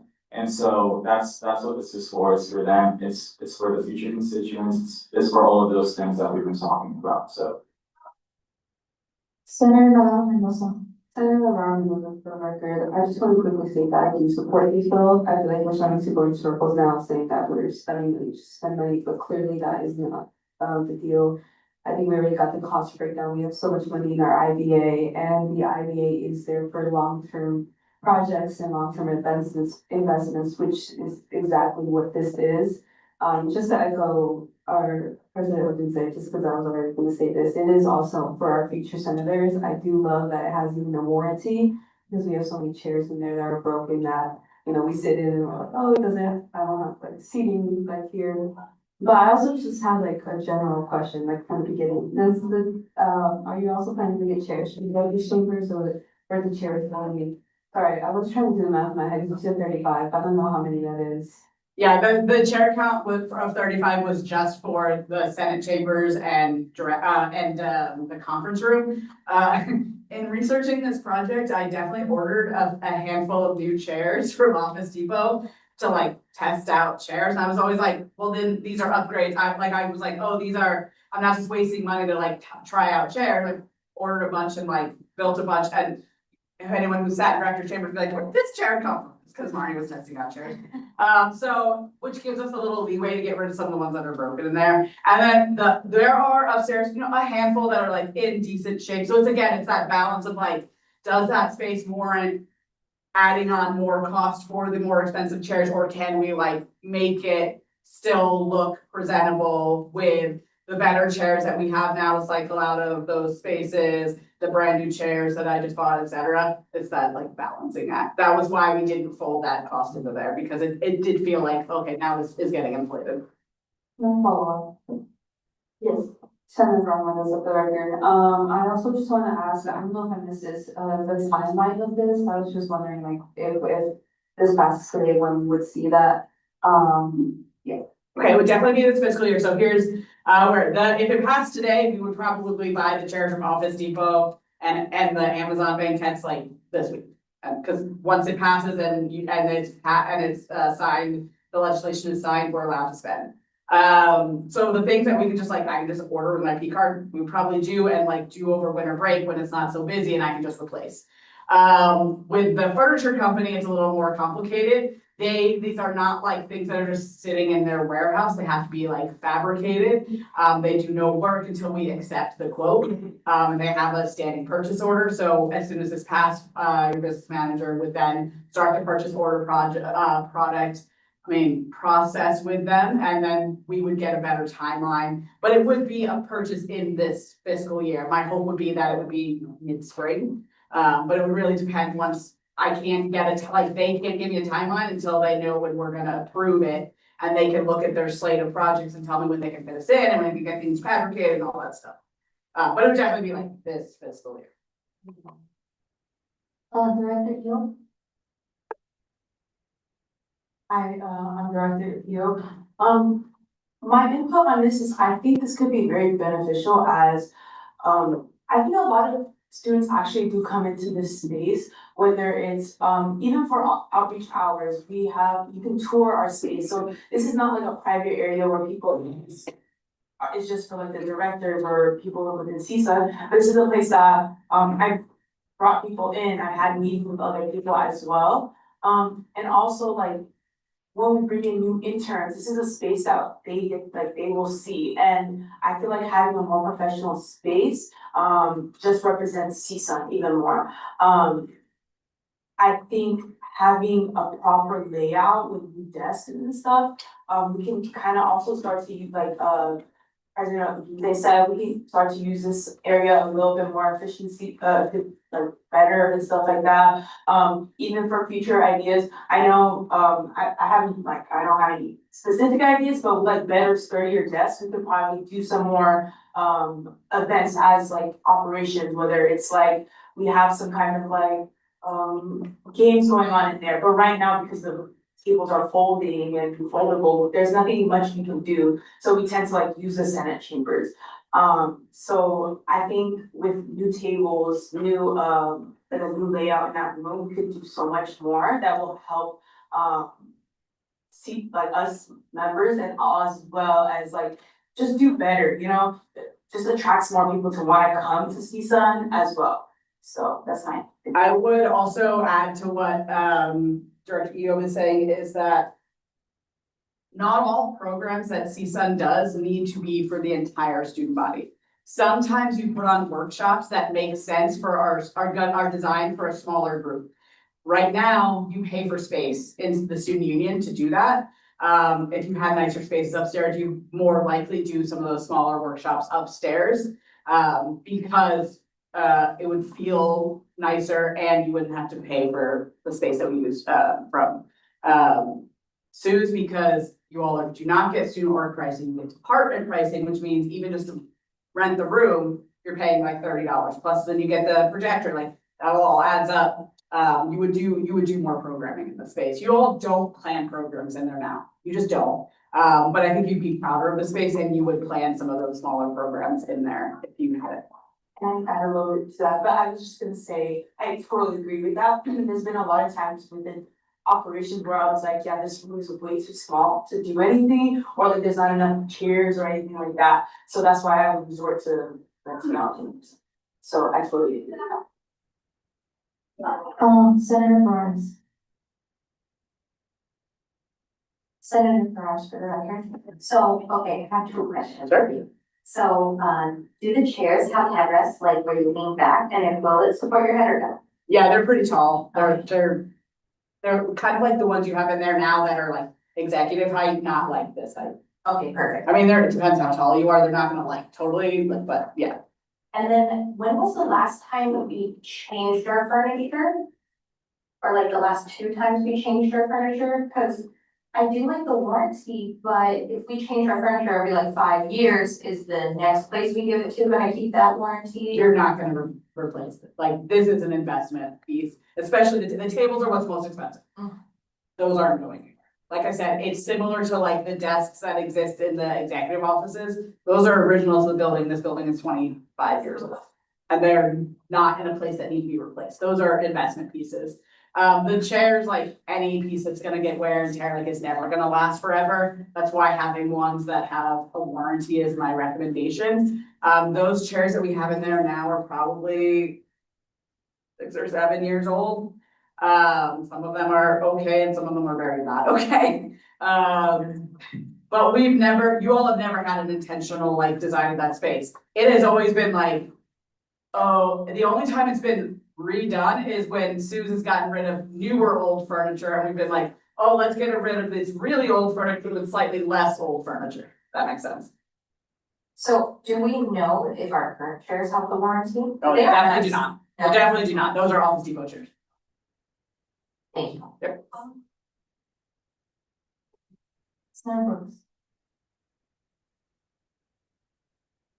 Senator Brooks, for the record, just to be clear, I'm not opposed to the upgrades.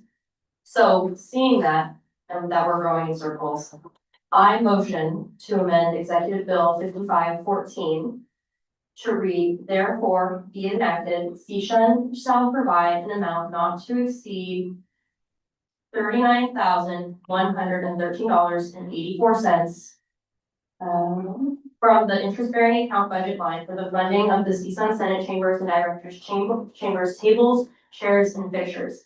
Any remaining funds, if not spent, shall return to the interest-bearing account.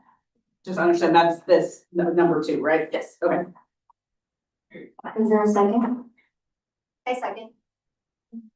Second by Senator Cross, we will now move on. Are there any questions or discussion regarding the motion itself? Advisor Dow. I just want to make sure everyone's clear. That means doing the entire scope of the project, but buying chairs from Office Depot that will not last for the 10 years and will, over the long term, cost you all more. Just a heads up. Are there any more questions or close the discussion? We got a couple. Senator Bonser, and then Senator Ross. Just a quick question. Do we have any data backing up that the reason people aren't showing up is aesthetics? Did we do any polls or anything related to that? I mean, again, like I said earlier to the earlier question, I'm not quite sure how we would even really assess that. So the answer. Senator Flores. Senator Berners, for the record. So, the chairs without the warranty, how long do you suspect they will last? And maybe we would want the next round of senators to decide like how, that space would look with it. So like I said, the chairs that are in there now are 6 or 7 years old. They needed to be replaced a while ago. So, like in a way that they keep a good product quality, probably 5 years. And again, they're more than half the cost of the other. So if you replace them within 10 years, you've now spent more than if you bought the chairs with warranty. And if you were in 5 years, they will cost more than they do now.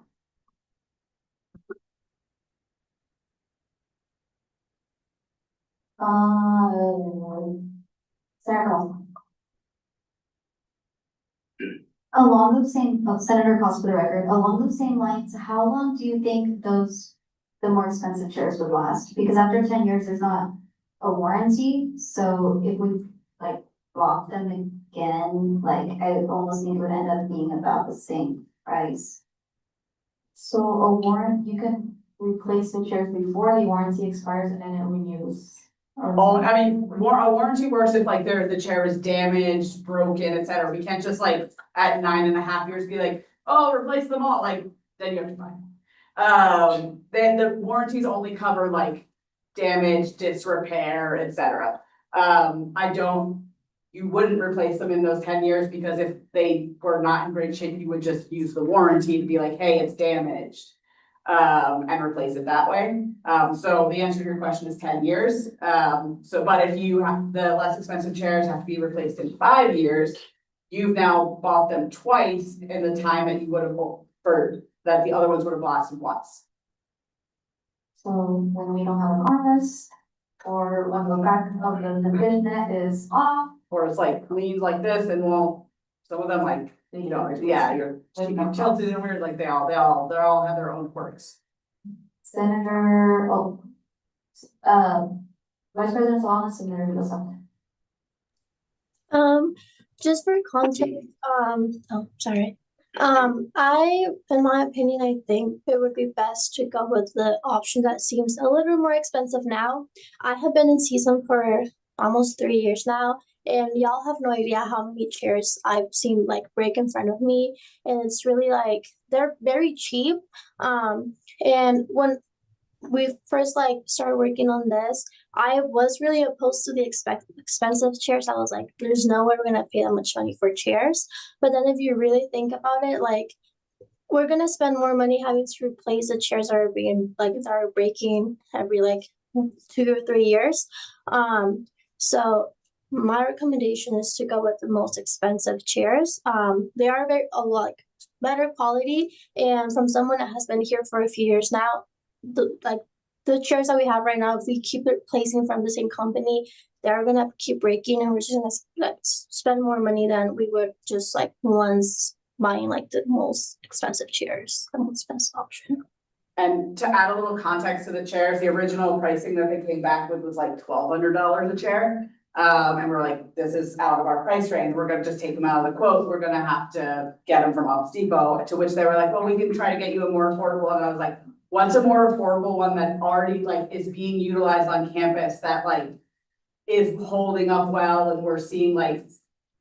And so the ones that we picked are the most affordable one that is already currently being used in the president's office conference room right now and is holding up well. So I got like the idea was to like pick something that we was already like aging well on campus.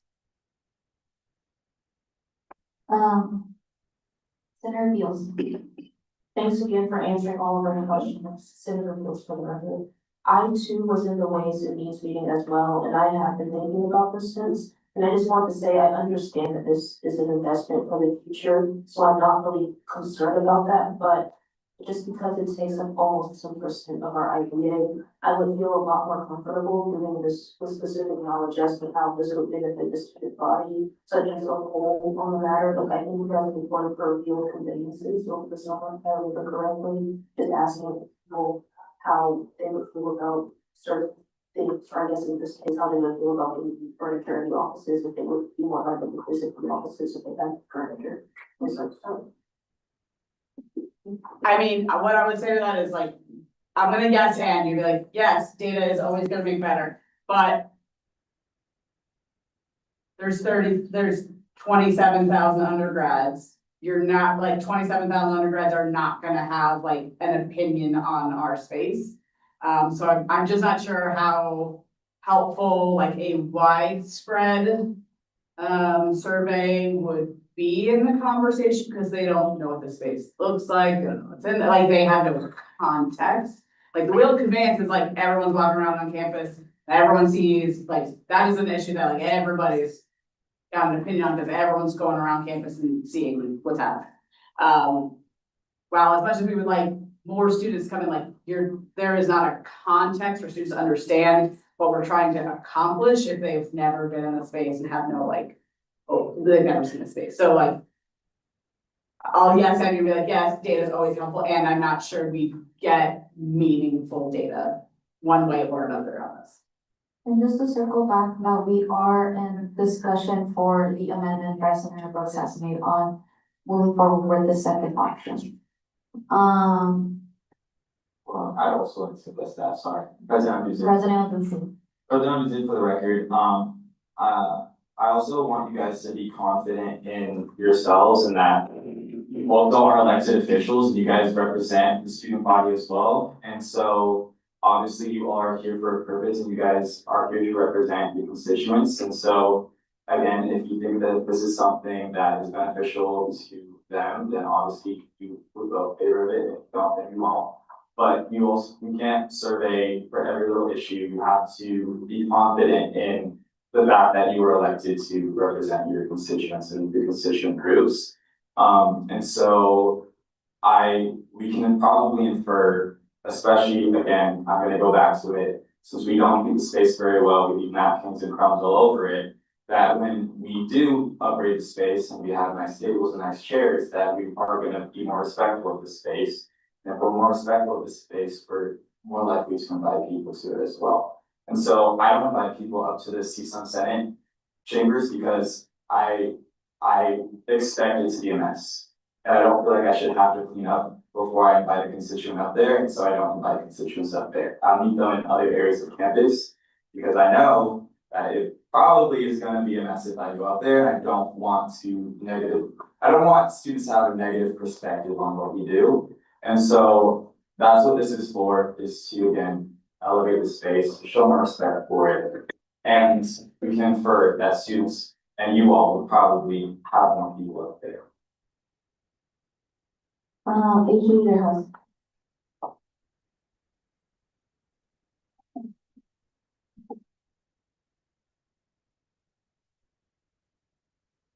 Thank you. In terms of the record, I have a quick question, well, a competent question actually. To either Advisor Dow or President Wilson. I know you said that we don't respect the space and therefore you wouldn't invite people because you don't feel proud of it. Do you feel that constantly, or let me be like more specific, like, do you think that if we renew everything, people are magically gonna change, or do you think that it has to be like just our rules? You know, like just be more respectful and be more appreciate about the space we share. Do you think that will change just because we change the space where we work? And my question specifically is in Title 4 Treasury in the bylaws, Chapter 4.1 Treasury, Section 1 Treasury references funds within Treasury, letter D, interest bearing account. One, it does says that the interest bearing account is for long-term projects, but it also says that the benefits of it has to impact the entire student body. How do you think this project is gonna impact the entire student body, in your own words? I yield the floor. Thank you. Those are two great questions. And President President for the record, those are two great questions. And to address the first one, yes, I do feel that about the space all the time because like I said, I can't expect that the space is gonna be clean if I go up there, if I bring constituents. So if I meet with a constituent because they reach out to me, I'll meet with them in the Starbucks or I'll meet with them at Rebel Grounds. I will not invite them up to the space. And if I do, we walk straight past the Senate chambers and we go to my office. To address your point about rules and respect, I think it's both. I think because the space looks the way it does, people don't respect it. And I feel like even if we have rules, people still have a certain perspective of it. It's like when your whole house is a mess all the time. And so you know, when you, I guess when you go into a messy house, basically, you don't respect the house. I've had a messy house before, and when you come in after a long day, long busy day, it can be draining just going into a house that's not a mess. And it just builds up over and over and over. And I feel like that's kind of how we feel about our Senate space, is that it's like a messy house. We go in there, it's a mess, and so we kind of perpetuate the mess. And so I think we can be better about rules and procedures, but I think we all talk about it. I feel like Advisor Dow, when we all first come to CSUN, says we should respect the space, it's a shared space, but we don't, and it's because it looks the way it does, unfortunately. So I think it's both. If the chairs and the table were nice in there, people would be like, okay, this is a real student government space, and I want it to look nice, and I want to respect the space. To the second point, how this will benefit the entire student body, I think I kind of addressed it earlier, is that we are only here for 4 years. And there's going to be a new cycle. There's a new cycle of senators every single year. Every Senate election, there's a new cycle of executive board members. There's a new cycle of executive branch members. And so right now, there's about 60 of us, but when you think about 60 people every single year, that's multiple people who are coming through CSUN. And then you multiply that by the 30 or 40 years that these tables and chairs are gonna last. Someone can do the math, but that's a lot of people that are being impacted. And again, when we talk about having more people come into the space, like we have more mixers, like Director Dio was talking about, more projects, more events, because people are more proud of the space and are more likely to invite them to do that, which we don't have the data on, but we can probably infer it. Then again, it's more people we are impacting, and it does impact the entire student body. And I think Advisor Dow brought up a really good point earlier, is that we pay into these fees as well. We are constituents. We're all not guaranteed a spot in the student government, especially if you're an elected official. So next year you all will be constituents again. So could I. And so when you think about it like that, everyone on the campus is benefiting in some way from it. Especially when our elected officials, are empowered in a space too. You guys will probably do better work, you guys will work more efficiently, and things like that. I'm sure we can find data to studies, and I'll send it to you later, that when you have a nice space, that you probably work more effectively. But I think psychologically, if you take any psych classes, we can probably all for that too. So I don't know if that answered your question. I'm sorry if I rambled on, but those are my best answers to them. Can I add to that?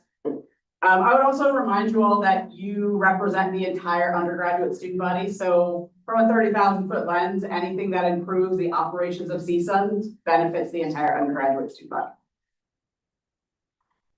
And to reiterate,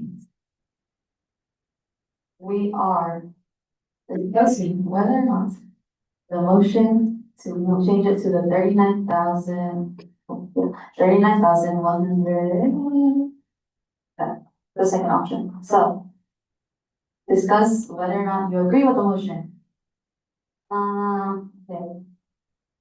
Enter Jarvis and Keller. One pass on the mic, please. I will.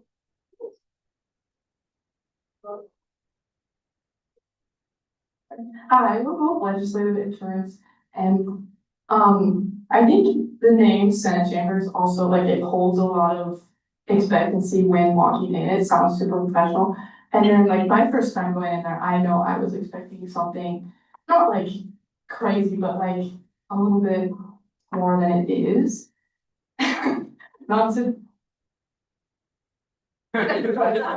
Yeah, I think it would be an investment, using student funds for the future. I think, it'll be more financially smart to spend more money now instead of spending more money in the future and having that burden put on other legislative sessions. I also think when, I got the chance to, help host, our high school students from, a student council state organization on a weekend, having to go down and wipe the tables with Clorox wipes and them being like basically black was not the best. And I think, to them, like their chairs being broken and then having problems like that, I think just spending more money now makes us, or CSUN as a group, look more professional and responsible.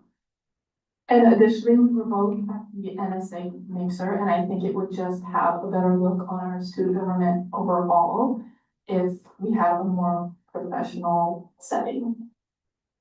It's for example, President Dunze could have held like a session for regents up there. You know, he could have invited like the regents into your Senate chambers for like a listening session or something, but he never would have invited them into that space. Because he wouldn't have felt like it rose to the level of that meeting. But it's definitely something that like could happen if you feel more confident in the space. Senator Cost. Senator Cost, for the record, I rescind my second. Senator Brooks. Or is there a second, or is there, do you rescind your motion? No, but I was going to remind everyone that this motion was for the upgrades to still pass. So I was going to try and call us back to the motion, but the motion has been rescinded, so. Someone has the opportunity to second. Yeah, to is there create a anyone different else second, wants? unless no one wants to. Senator Brooks, did you rescind your motion? No, oh, no. Is there a second? Then the motion fails. Continuing with the discussion of the bill itself this time. Senator Cost. Senator Cost, for the record, I called to question. Is there a second? Seconded by Senator Prieto. Are there any questions or further discussion regarding the call question? Call the question isn't debatable. Oh. Is there, we'll move on to a voice vote on the motion to call the question to end discussion. All in favor, please say aye. Aye. Great.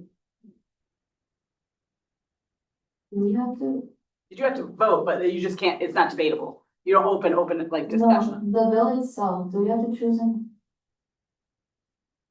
Finish, ask if there were any names. Are there any against? With 21 to 0 to 0? The Motion of call. motion of passes, the discussion. To answer your question, if you simply take a yes, no vote now, the bill is designed and written at the highest price point at option number 1. And if you wanted 2, 3, or 4, you would have to amend the bill down. If you pass it as is, you're passing option number 1. Because option number 1 is written at this 51,263 number. Okay, I will move on to a period of roll call.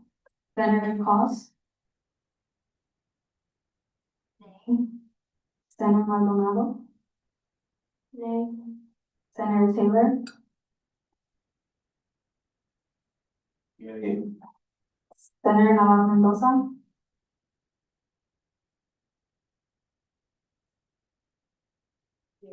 Yay. Senator Codman. Yay. Senator Sade. Yay.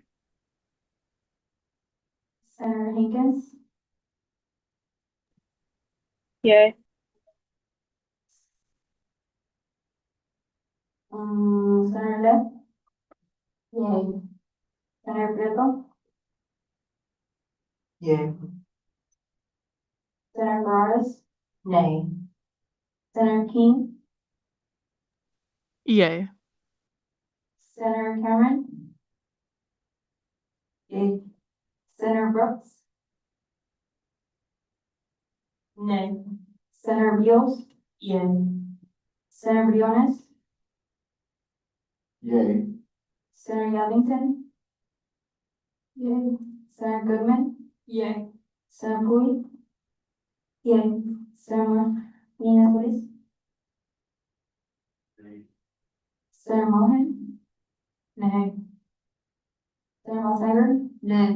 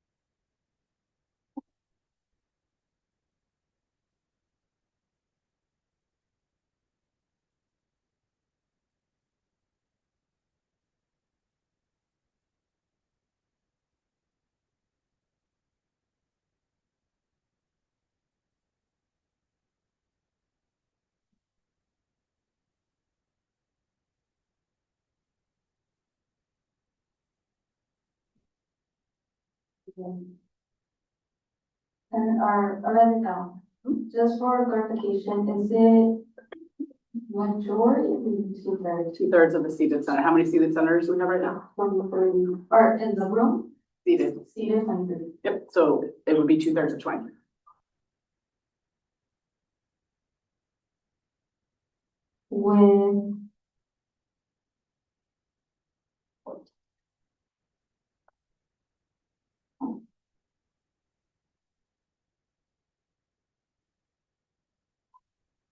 With a vote of 14 yeas and 7 noes, the bill does not pass as majority is 15. So we will do again. You have the ability to continue discussing it as is, or to discuss an amended version of it, or to close the bill. It's entirely up to you. So are there any more questions or points of discussion regarding the bill?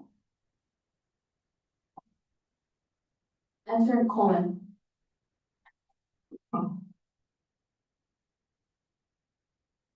Thanks for calling for the record. I just wanted to speak on behalf of the interns. the majority of us were here for the NSA mixer where we were able to host presidents from all across the state of Nevada. And quite frankly, as these interns who have had to pick up after senators numerous times, having to wipe the tables and clean up the crumbs. I remember that day working with Sharon to clean up the room. There really has been a disrespect for Senate chambers, and I don't know if that is simply because of the materials that you have there. But I think if we want to lift up this organization and take us up to the next professional level, it costs money. It is an investment into CSUN as an organization, into the future of CSUN, into the future of this organization. And you can't expect to have the best things for $5. Thank you so much. Are there any more questions? Senator Von. So, I just did the math. In order to pass this bill, this version of it, it would take, assuming each student has 12 credit hours, around 1,400 students. So I'm operating under the assumption that this would benefit 1,400 students over time. And I personally just don't see how that would apply to them. And that's my reason for voting nay. I don't understand that. Okay. So with the $3 CSUN fee, most credits, per credit, 12 credits, I divided the amount by $36. So it takes about $36 towards CSUN from each student per semester. So it would take about, one semester would take about 1,400 students to pay for this chamber. And I personally with like, for example, I don't like to meet my constituents here because it's really far from where we're located on the north end of campus. So that's just another factor on why we don't meet in the Senate chambers, which is another reason. I just fail to see how aesthetics is like the sole factor for why we don't use it and the sole factor for why we don't respect it. Senator King?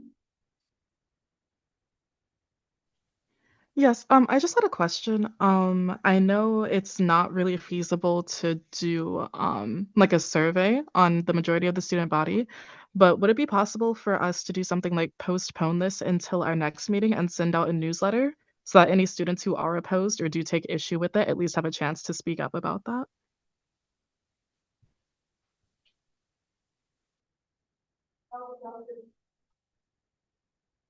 I'm say for the record, yeah, that is something you guys would like to do, we can always do that. I also know that it's not in the, it's not one of the options, but the bill doesn't restrict it. If the number is also something that is a big problem, the Senate can amend the bill to take out the conference room table as well, the chairs for that, and only really focus on the spaces that the student government really utilizes, which is the Senate chambers and the director's chambers. So the bill, it doesn't force you to do the only 4 options, those were just the ones we recommended. So that is also an option we could go forward with and take off the conference room table as well. But yes, we can always postpone and do a survey, but that is up to the Senate, and that is up to you all for the Senate. So, intern Chris Michelle, can you spell out your last name for the record, please?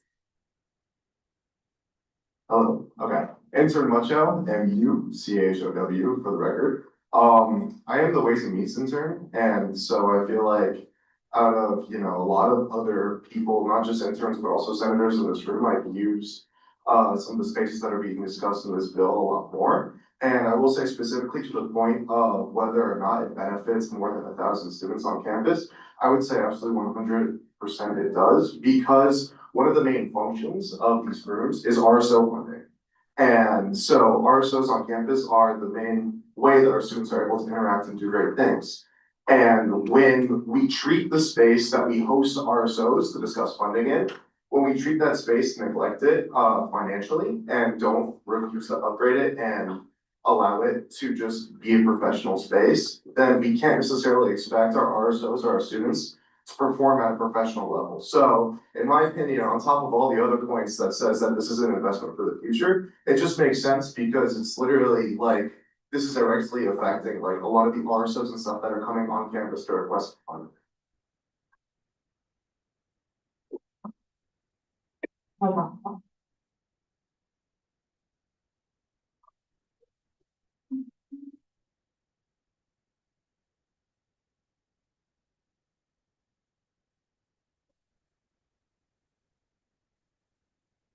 the record, SVP Maravilla went from point for social privilege at 6:52 and was back at 8:13.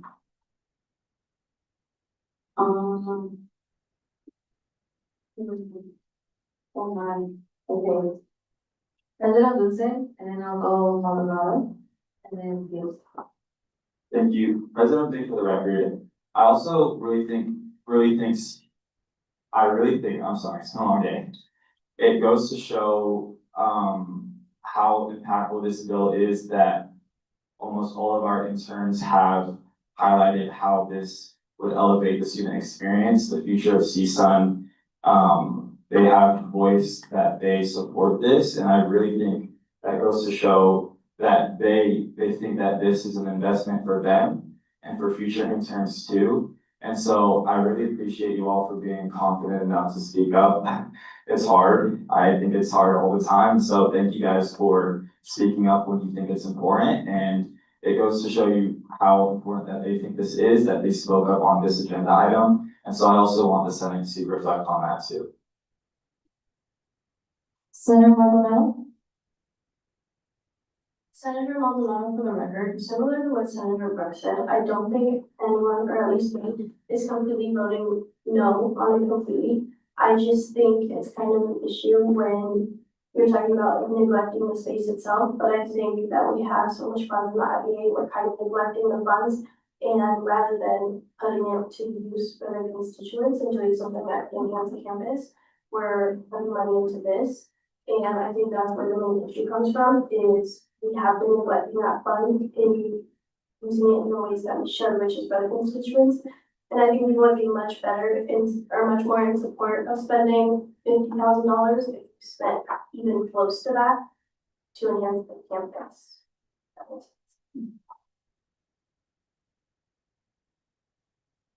sense. President Dulce.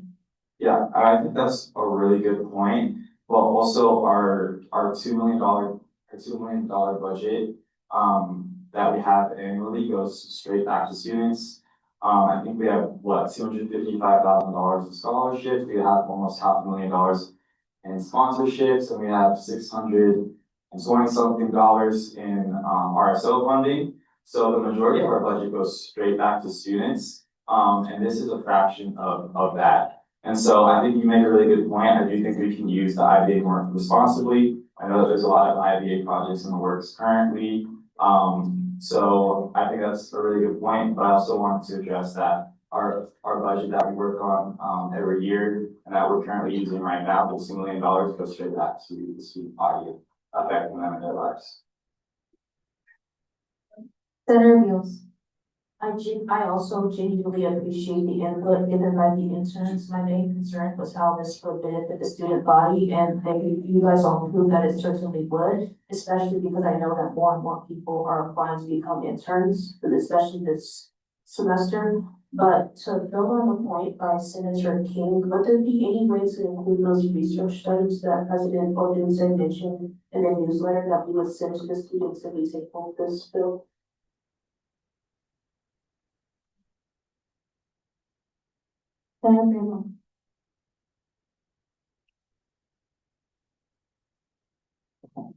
Senator Prieto for the record.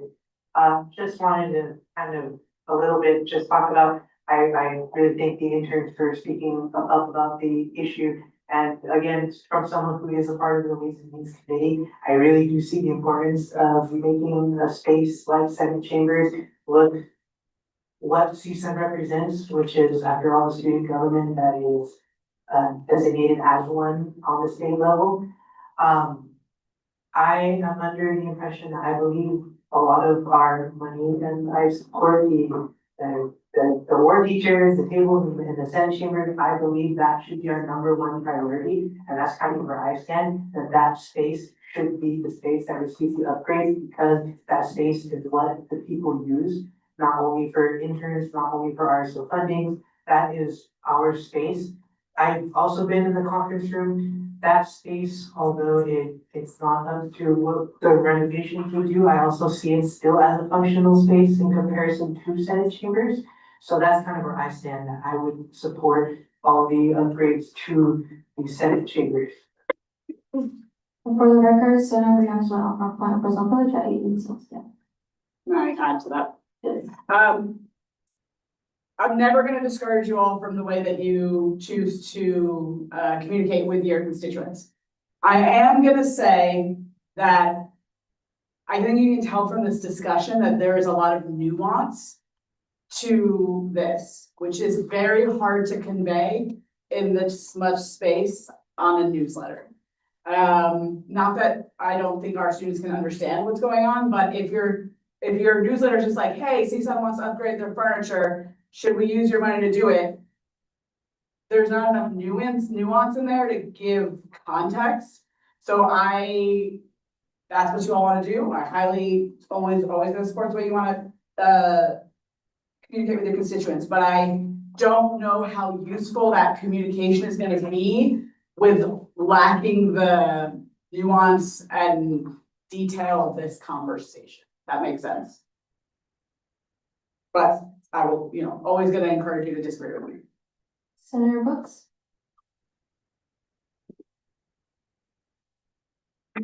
Senator Brooks, for the record, correct me if I'm wrong, but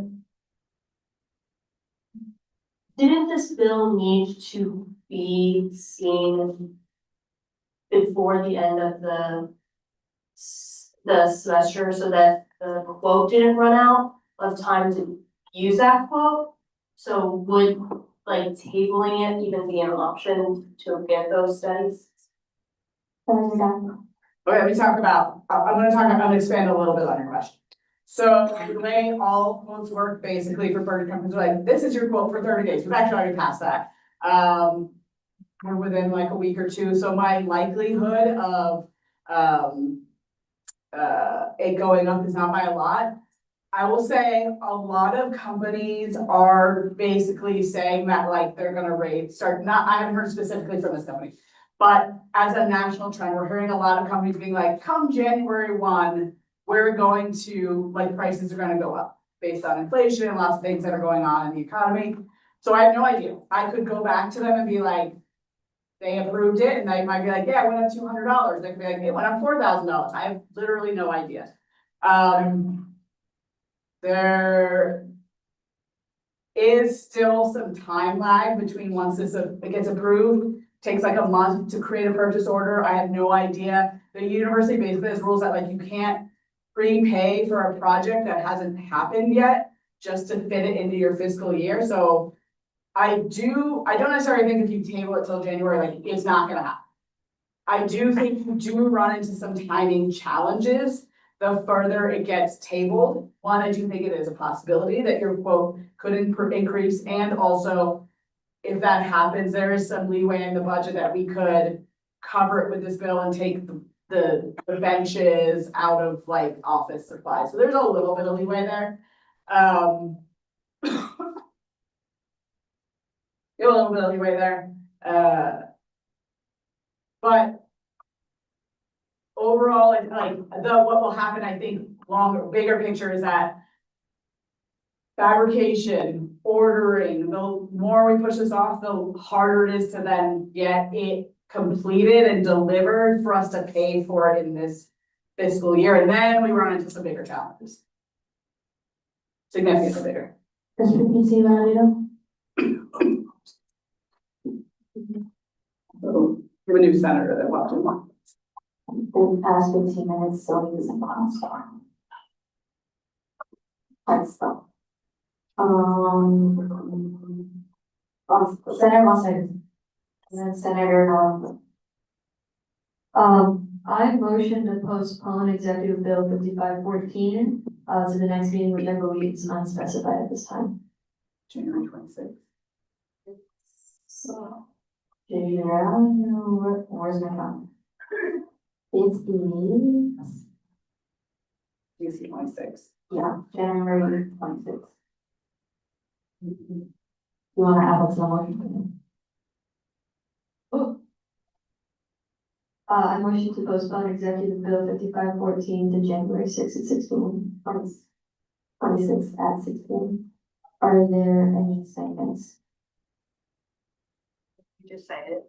I motion to second. You said that. I second.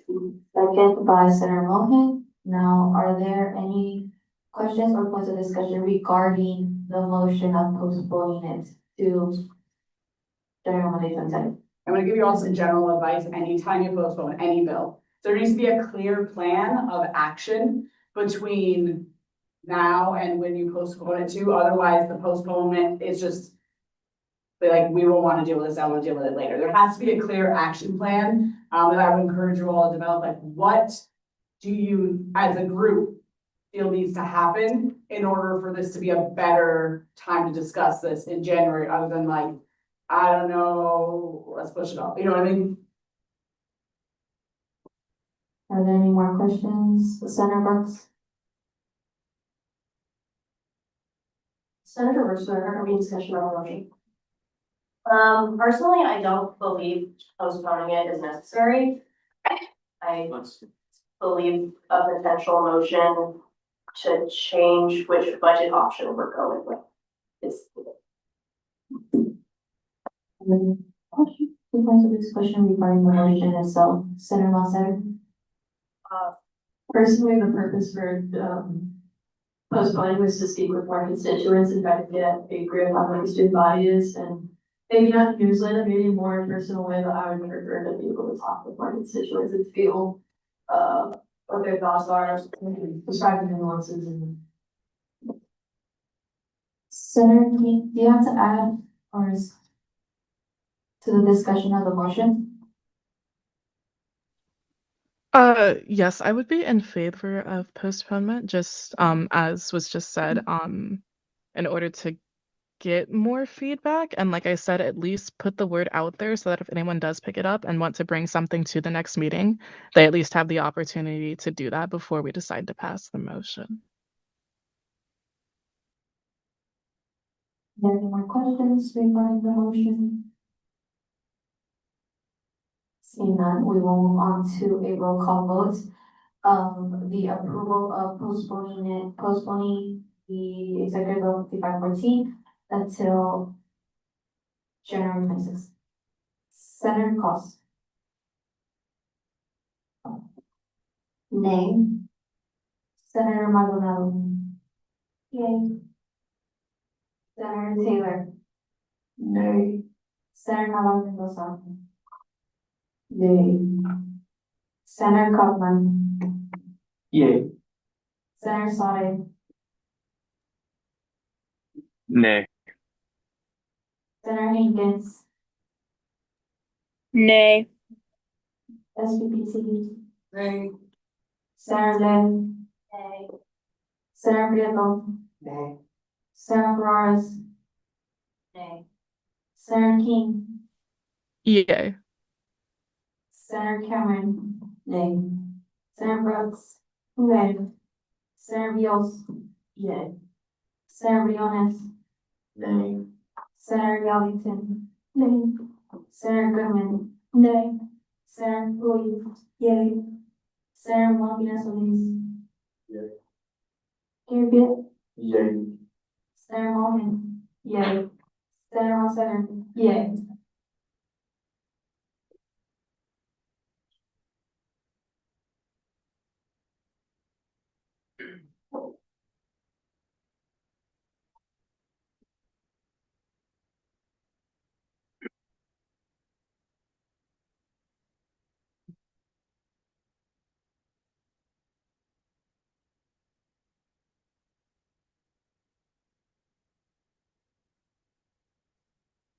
With 8 to 14 to 0, 8 to 0 to 14, it's 8 to 14 to 0, the motion fails. We will continue with discussion of the bill. Senator Navarro Mendoza. Senator Maldonado for the record, I just want to thank the intrinsic thank for speaking up. I know it's not easy, but I call the question. Is there a second? I second. Seconded by Senator Taylor. We will move on to voting for the end of policy, end of discussion. Okay. What is the voice vote? Yes. This is to vote on the full amount, correct? To vote to end discussion. End discussion and vote on the full amount. Yes. Okay. So we're gonna vote first on the end discussion. So all in favor to end discussion, please say aye. Aye. Okay. Any opposed? Okay. With 22 to 0, the motion passes. Now we will move on forward to approving Senate Executive Bill 5514. Okay. Senator Cross. Nay. Senator Maldonado. Nay. Senator Taylor. Yay. Senator Navarro Mendoza. Yay. Senator Kaufman. Yay. Senator Sade. Yay. Senator Hankins. Yay. Senator LGBT. Yay. Senator Lynn. Yay. Senator Prieto. Senator Ferraris. Yay. Senator King. Yay. Senator Cameron. Nay. Senator Buck. Nay. Senator Beals. Yay. Senator Riones. Yay. Senator Galvinson. Yay. Senator Goodman. Yay. Senator Cooley. Yay. Senator Martinez Solis. Nay. Senator Mohan. Nay. Senator Montiger. Nay.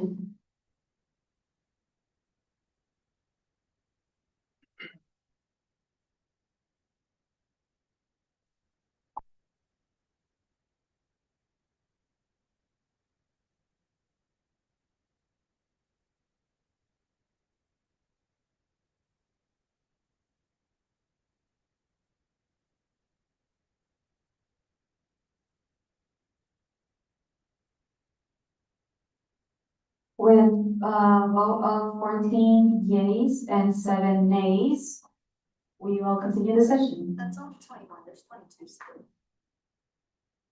Let me read them one.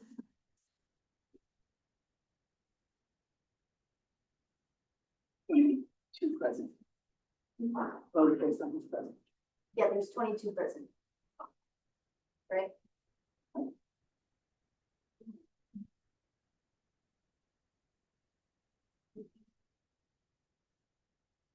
You have 22 seated, right? You have one senator who's not. 23 seated. No.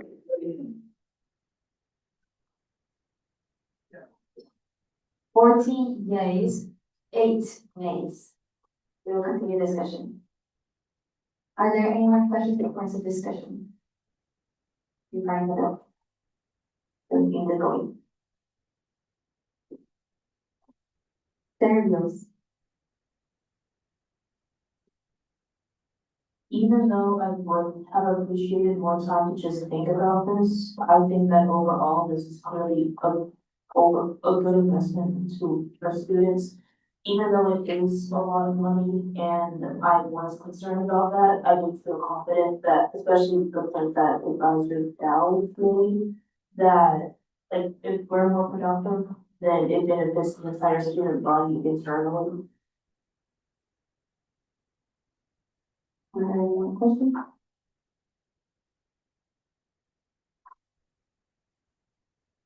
Engineer House.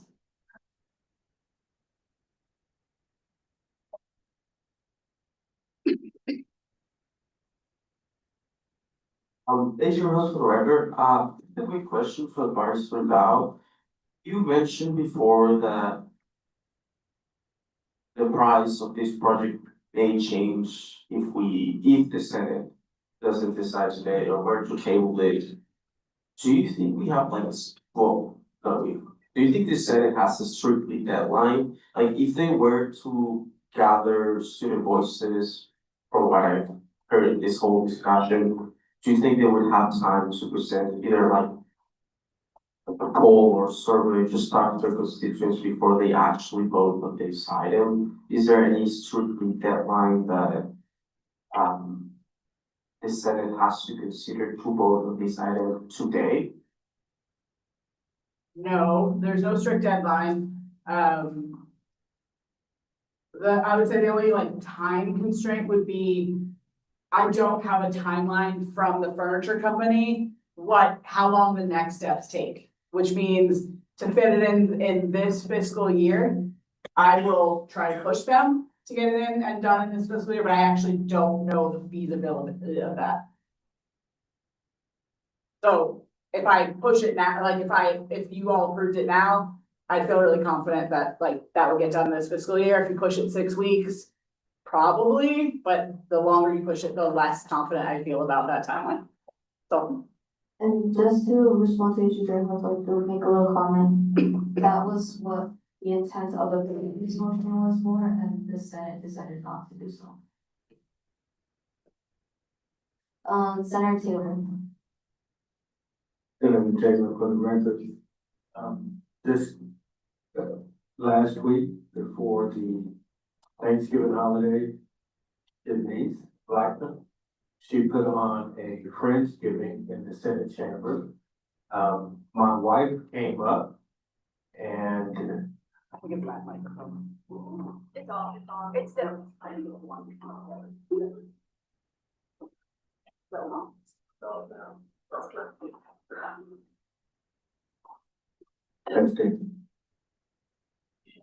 think you gotta tilt that mic a little bit. I think we're getting feedback from those two.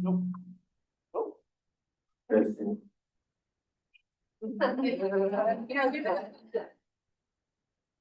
So my wife came up and went there, to join us. And I went to speak her at the table, and as someone mentioned earlier, an armrest fell down. And I was embarrassed, although, you know, we had eaten, so they kind of made up for it. So if there is, short of a poll, which I think we need to be able to make some decisions for our constituents. I don't like the idea myself of spending $50,000 haphazardly, but I think it's a well thought out plan and something that can give us pride in doing our part here and giving us confidence to invite people up. I think I will try, if we're able to get to the furniture, bringing my wife back up again.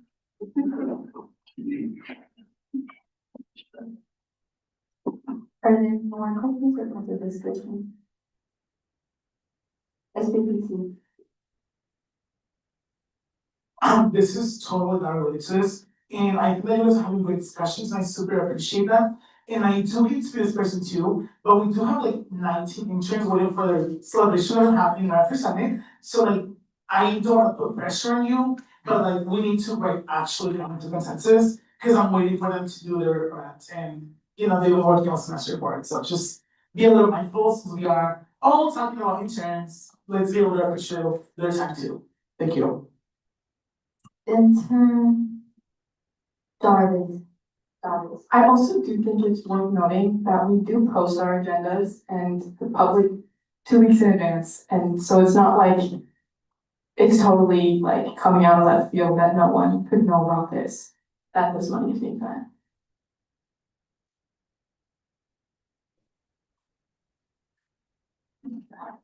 Are there any more questions or points of discussion?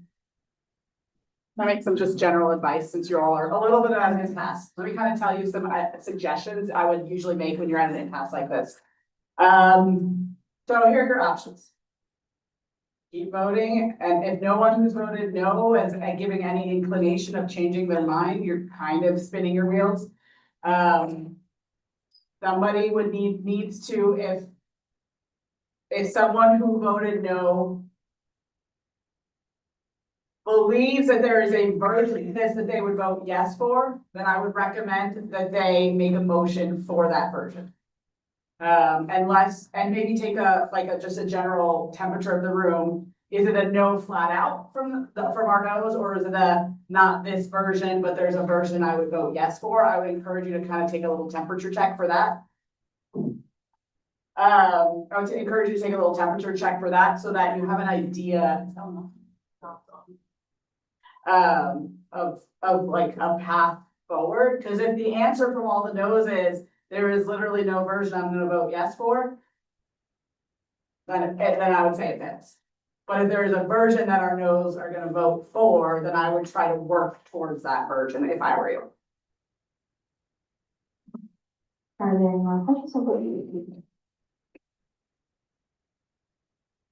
Senator Navarro Rosario. No. Senator Martinez Solis.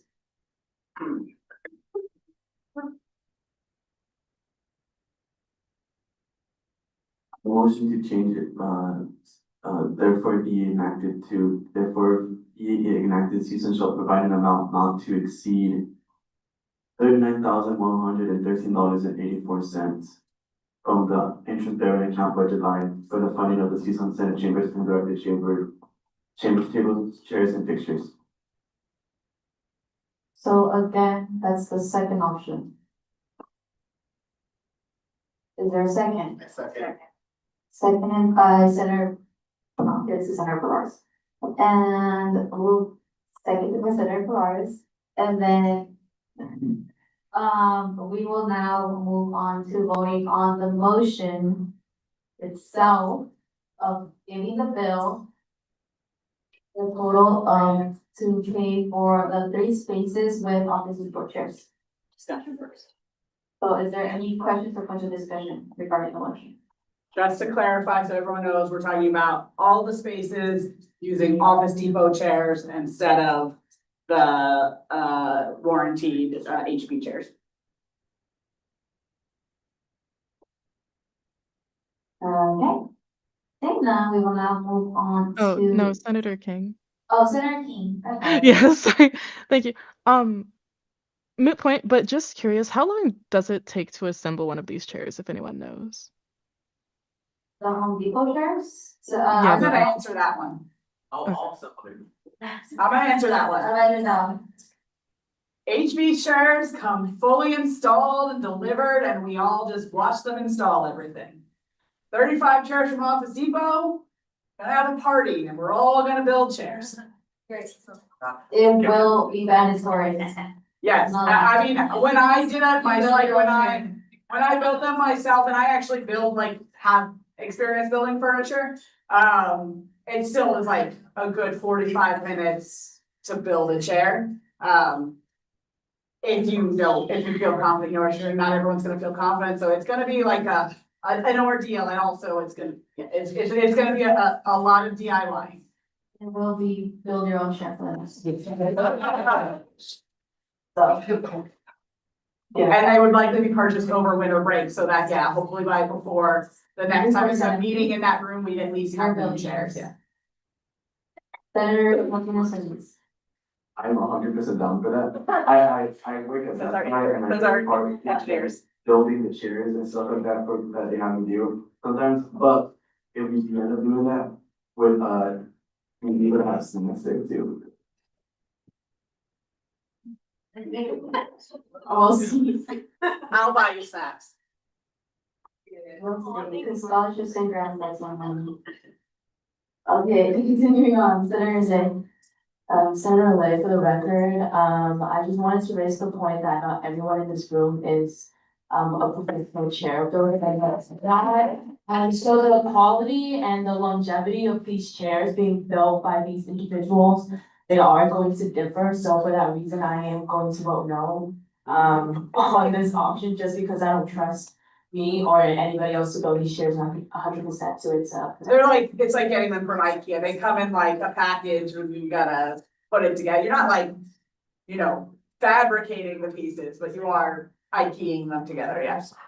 Senator Beals, just to build on to what Senator Lay said, I genuinely appreciate your guys' willingness to build these chairs, and I do understand the intention behind this motion. I understand it will cost significantly less, but I don't think that that's a productive use of our time. And once again, as Dow said, the $51,000 is a lot of money, but for an investment in something that we know will last a long time, I'm not sure if those chairs that we have now are Office Depot, but they are. So I don't know if I can trust that they won't be falling apart even if you guys do an immaculate job. I don't trust the quality of those chairs based on what I've heard, so I oppose this as well.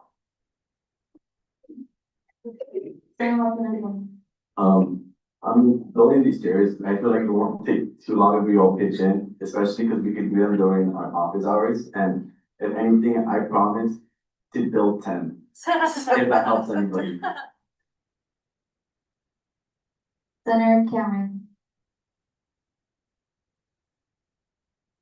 Senator Cameron, for the record, I think as much as you're willing to build the chairs, I think you also have to consider not all of us are able-bodied to build the chairs as well, so that's also another factor of why I personally voted no.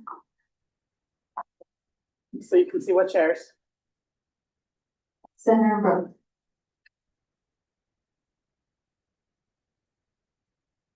Senator Brooks, for the record, would the Senate then be more comfortable choosing option 2, where we don't do the conference room, but we get the nice chairs, because it seems like we're going around in circles. Oh, 3, sorry, my bad. Option 3, because we're going in circles regarding option 1. And people don't feel confident building chairs, so we could get the chairs and not do the conference room. That's also an option. I just kind of want to finish the point, we're just going in circles, there's still a motion on the floor. The motion is to change the amount to $31,000. We're talking about building chairs, that's not the motion. This is the reason why we're still here. You guys have been on the agenda for almost 2 hours now. So we vote on the motion to amend it to 39,000, or we don't. We should not be talking about building chairs, I'm sorry. Are there any?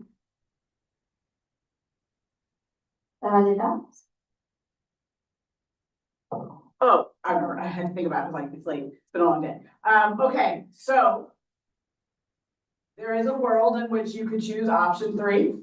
To not use, you are talking about the chairs, so you're talking about which chair you're doing. If you wanted to do the more expensive chairs and just reduce the scope of the project, you absolutely could do that.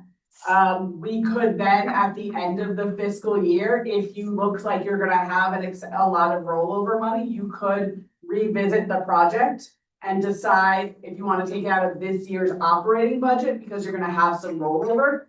And then it wouldn't be coming out of IBA, but it will end up costing, because you're gonna pay that install and design fee again. It's gonna be a smaller amount because it's based on a percentage of the overall, but that could be the case. Or you can spread it over 2 fiscal years, although when it comes to IBA, like, that doesn't really like make a difference, to be honest.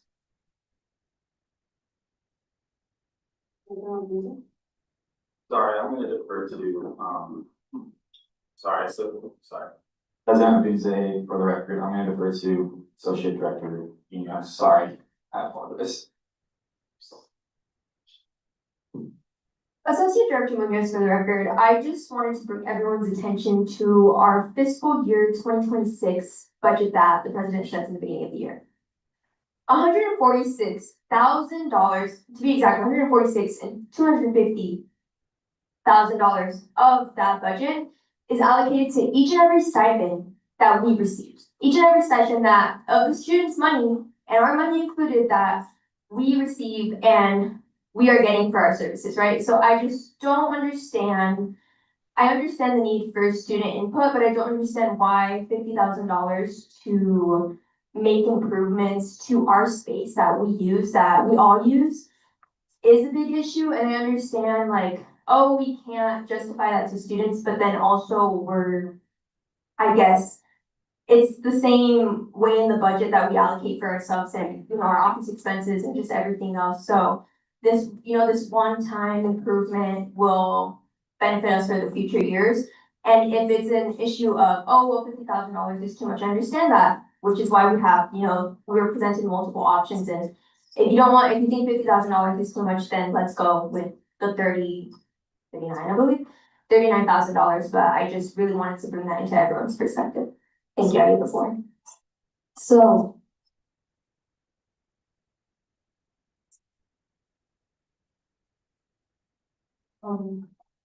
Option three, okay. So, are there any more questions about the discussion regarding changing about continuing on with the budgets that includes the office negotiators and all? Discussion, questions? Okay, seeing that, we will move on to a voting period of approving the motion of going on with the second option of all three spaces with office depot chairs. Okay, Senator Cos. Yay. Senator Maldonado. Yay. Senator Taylor. Nay. Senator Navarro Mendoza. Nay. Was that nay? Senator Krugman. Nay. Senator Sade. Nay. Senator Hankins. Nay. SPPT. Nay. Senator Lynn. Nay. Senator Viejo. Nay. Senator Ferraris. Yay. Senator King. Nay. Senator Cameron. Nay. Senator Brooks. Nay. Senator Beals. Nay. Senator Leonis. Nay. Senator Yelvington. Nay. Senator Goodman. Nay. Senator Puy. Nay. Senator Martinez Solis. Yay. Senator Mohan. Nay. Senator Walser. Yay. Senator Martinez Solis, can you repeat yours? Yay.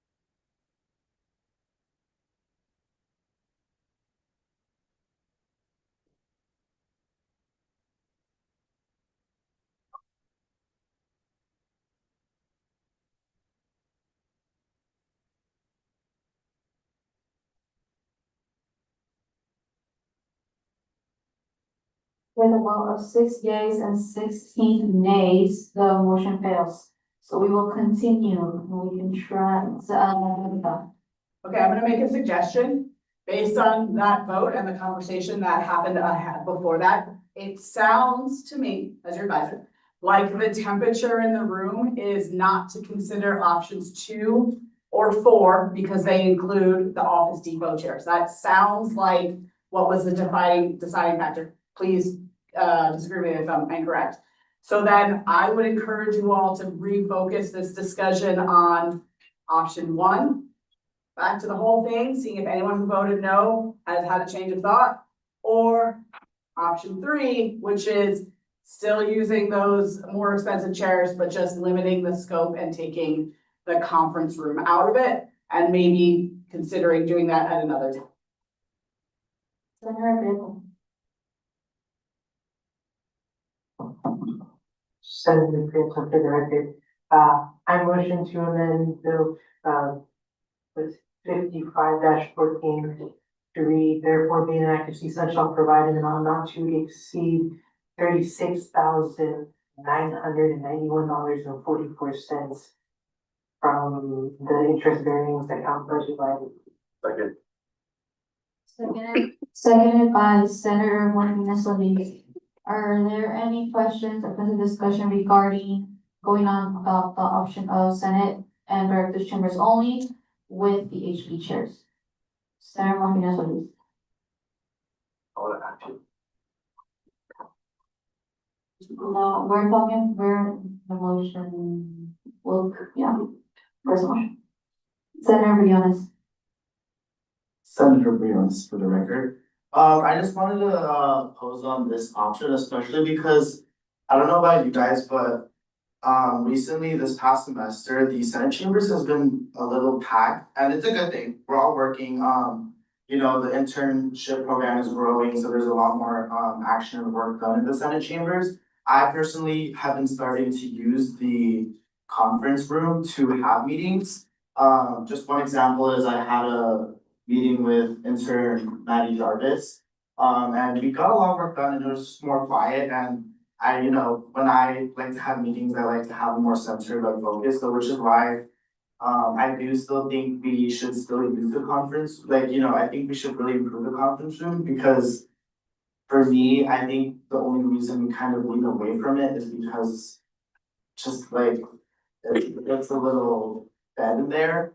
But with these improvements, I just feel like we'll be able to use that conference room space for more things and for more meetings like I have been now more recently, especially because Senate chambers have been a little more packed than a little bit of a loud.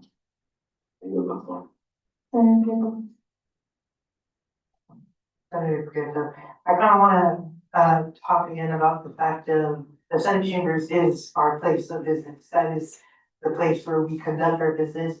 The conference room, while yes, there has been uptick of usage in it in the past semester, that is the space that is still with the furniture currently inside of it, I think usable. For example, this past semester when we did the RSO marathon, we were putting RSOs in there and it was a space that I could see with my own two eyes, it's so functional in comparison to Senate chambers where there's chairs falling apart and tables and things, being moved over there. So I still think that the conference room, it is still a usable space, however, Senate chambers is our top priority, and I also love the fact that this one also still includes the desk for the director's chamber as well, but that is a space that also gets heavily used by our directors and yes, thank you, thank you. I would just remind you all, I think a lot of students don't think about the conference room, but it is a free, open, Senate chambers is not your only space to do business. When it's busy in Senate chambers and you're like, I got work to do. As long as there's not a meeting going on in the conference room, I think a lot of you forget that it is a usable space. So just as an overall, kind of on what Senator Briona says, I think it's an underutilized space, just overall. Are there any more questions or points of discussion regarding the motion of just keeping Senate and director's chambers with the HB chairs? Okay, seeing none, we'll move on to a roll call vote. For the motion itself, Senator Cost? Yay. Senator Maldonado? Yay. Senator Taylor? Yay. Senator Navarro Mendoza? Yay. Nay? Yay. Senator Kaufman? Yay. Senator Suarez? Yay. Senator Hankins? Yay. Senator SVPT? Nay. Senator Lynn? Senator Prieto? Yay. Senator Ferraris? Nay. Senator King? Nay. Senator Cameron? Yay. Senator Brooks? Yay. Senator Beals? Nay. Senator Briones? Nay. Senator Yellington? Nay. Senator Goodman? Nay. Senator Fluey? Nay. Senator Martinez Solis? Yay. Senator Mohan? Nay. Senator Von Sager? Yay.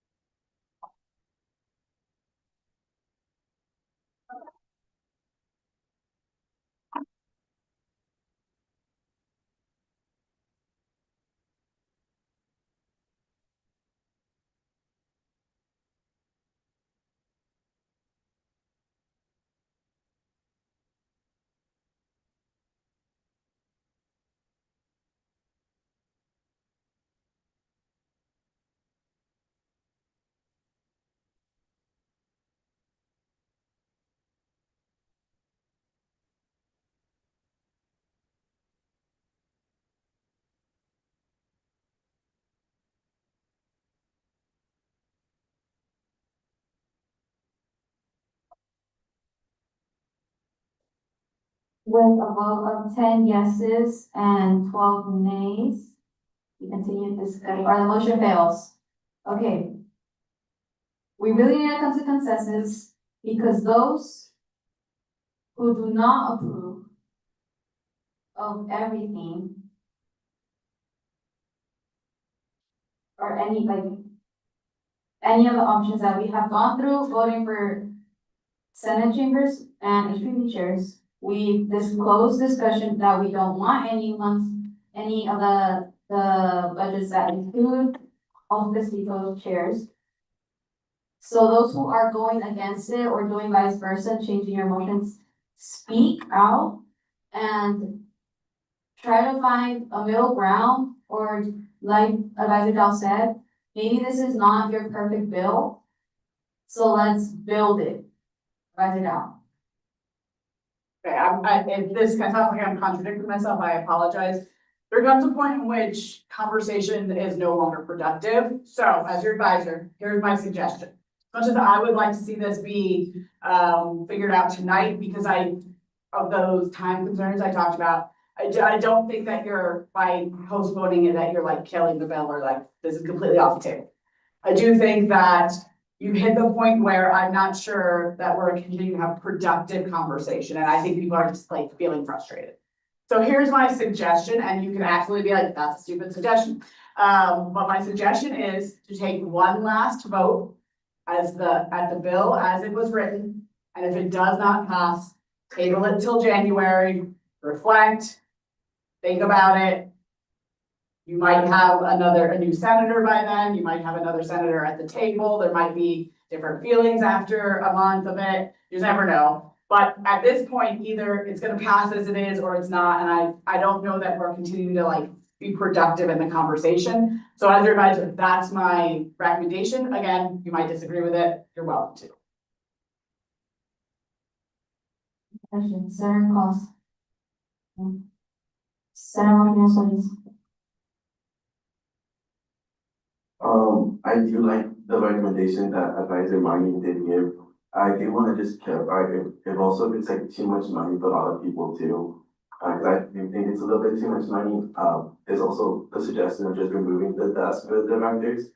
And it drops down to 47,000.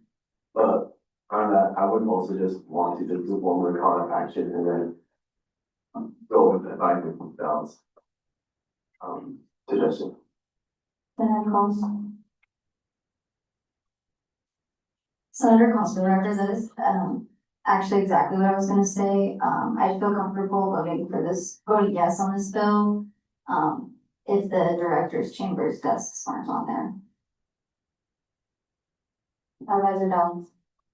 If that is something that the Senate's willing to vote on, it's definitely an option. If you do that, so the upside of doing that, so the desks that come from Office Depot, doesn't matter if you buy them now or you buy them later.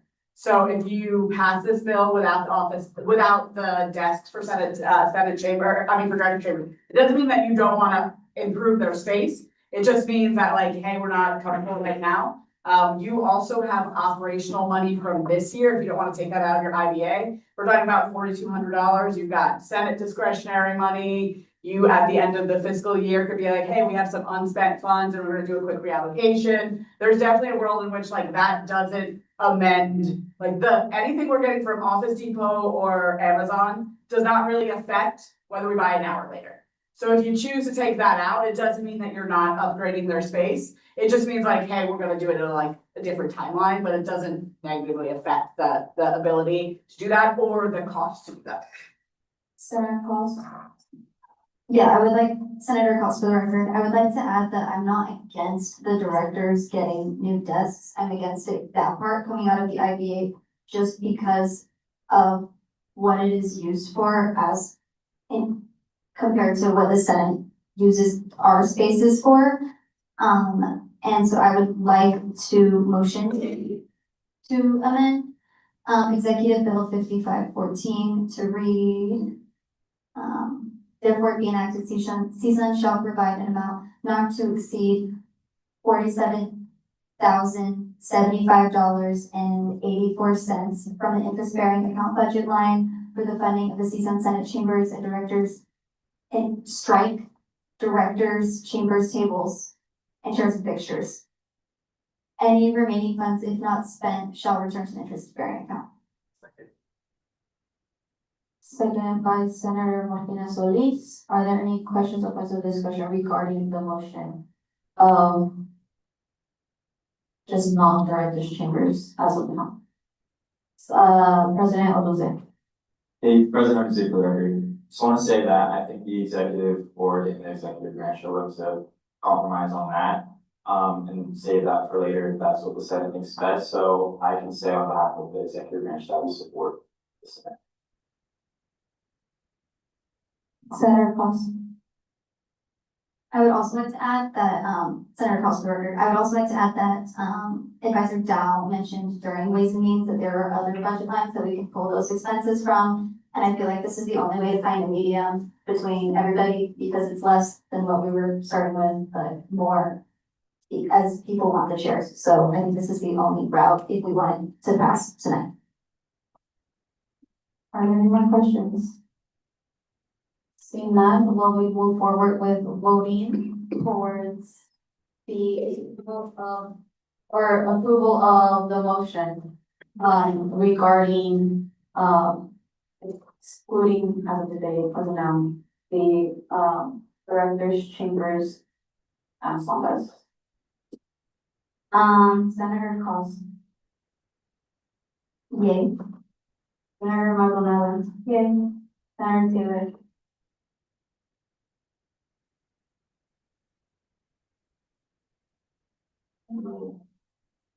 Nay. Senator Navarro Mendoza. Yay. Senator Troutman. Nay. Senator Sade.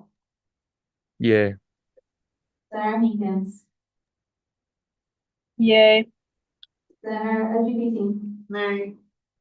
Senator Lynn. Senator Prieto. Yay. Senator Ferraris. Yay. Senator King. Yay. Senator Cameron. Nay. Senator Brooks. Nay. Senator Beals. No. Senator Briones. Yay. Senator Yellington. Yay. Senator Goodman. Yay. Senator Puig. Yay. Senator Martinez Solis. Yay. Senator Mohan. Nay. Senator Rossiter. Nay.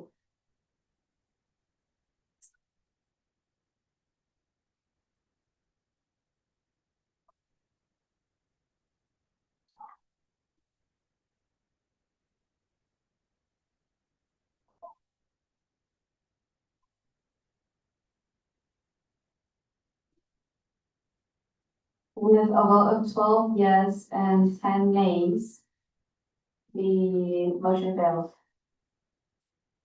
I don't understand why y'all want anymore because we've gone through every option and as President Ofunse has mentioned, when it first got presented to me, the idea of doing this and seeing the amounts that it costed, I was also very worried about the amounts. But then I looked at the total that we have in IPA, the long-term costs that could potentially be doubled in 10 years for the expenses of the future of CSUN. That convinced me. And I understand why you all may be worried, but I believe that the option that Senator Cost had presented to you all was the best of both worlds. As Senator Cost said, there is other ways that we can get the desks in. It doesn't necessarily have to come from IBA. It would still be able to happen. There would be no exclusion to the operations and the betterment of that department itself and all of the branch. It just means that it wouldn't be from the IBA fund. So what is it that you are all disagreeing with? Senator Collins. Senator Cost, for the record, if the only way for us to get the Senate chambers redone in its entirety is for me to change my vote to yes. I am comfortable voting yes on the entire amount. I yield the floor. Senator Alvarado. I'm gonna make 2 quick points. Number one, I'm gonna skirt without going over the line of talking about future business. There is another agenda item on your agenda tonight about a budget reallocation. All items can always be amended. Oh,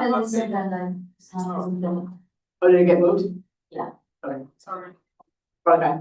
And then I will reiterate my previous suggestion that you, at this point, take one last vote on it as it was written, and then if that doesn't pass, table it.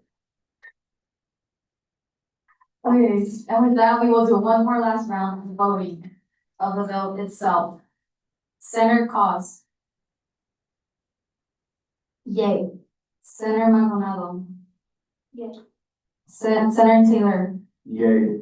Senator Navarro Mendoza. Yay. Senator Crowdman. Yay. Senator Sade. Yay. Senator Hankins. Yay. SVPT. Yay. Senator Lay. Senator Prieto. Senator Barnes. Nay. Senator King. Yay. Senator Cameron. Yay. Senator Brooks. Yay. Senator Beals. Yay. Senator Briones. Yay. Senator Galvington. Yay. Senator Goodman. Yay. Senator Cooley. Yay. Senator Martinez Solis. Nay. Senator Wilkin. Nay. Senator Lonsider. Nay.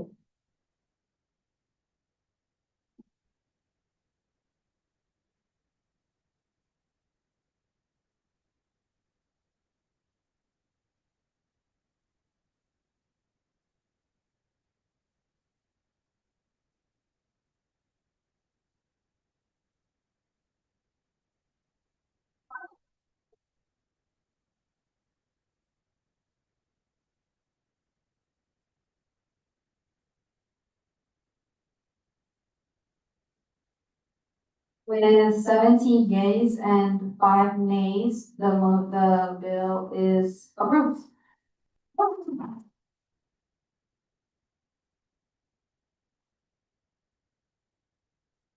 So, I appreciate all the time and energy, and, we'll have some of this over winter break, so when you come back in January, like, some of the, like, director's chambers will be, nicer, and we'll have some better seating. So, some improvements you'll already see by the time you come back in January, but thank you all for sticking in and having really, like, productive and meaningful conversations. I'm always impressed when you all, fight for your constituents and fight for your ideals, and, look for compromise. I will now close item P at 9:11 PM and at the same time open 7A. For the discussion approval of Nancy Munoz as the Director of Civil and Legislators.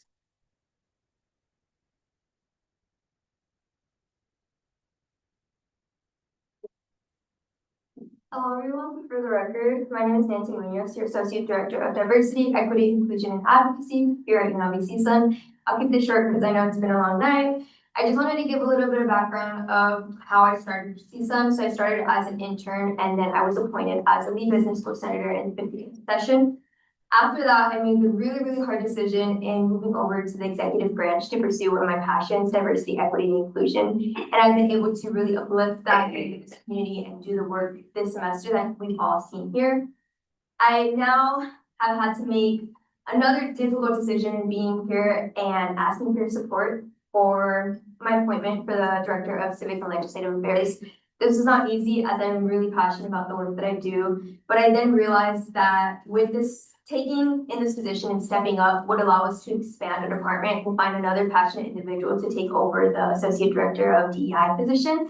So I'm really excited for that if this happen. And I'm just truly thankful for all of the support that you guys have all given the CLA department throughout this semester. And I hope we can continue this collaboration for next semester in all of our events, our cultural and civic events that we have going on, and just the awareness that we continue to spread. Thank you so much, and I'm open for any questions.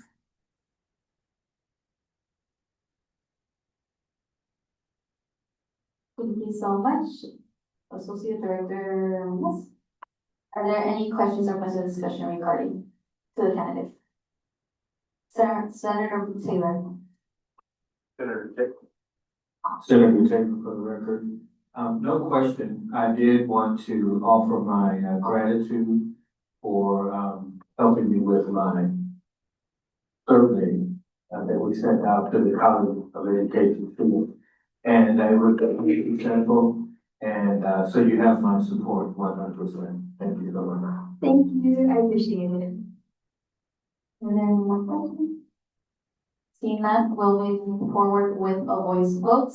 All in favor of the approval of Nancy Munoz as the Director of the Department of Civil and Legislative Affairs, please say aye. Aye. Any opposed? With a vote of 22, 0-0. What's this?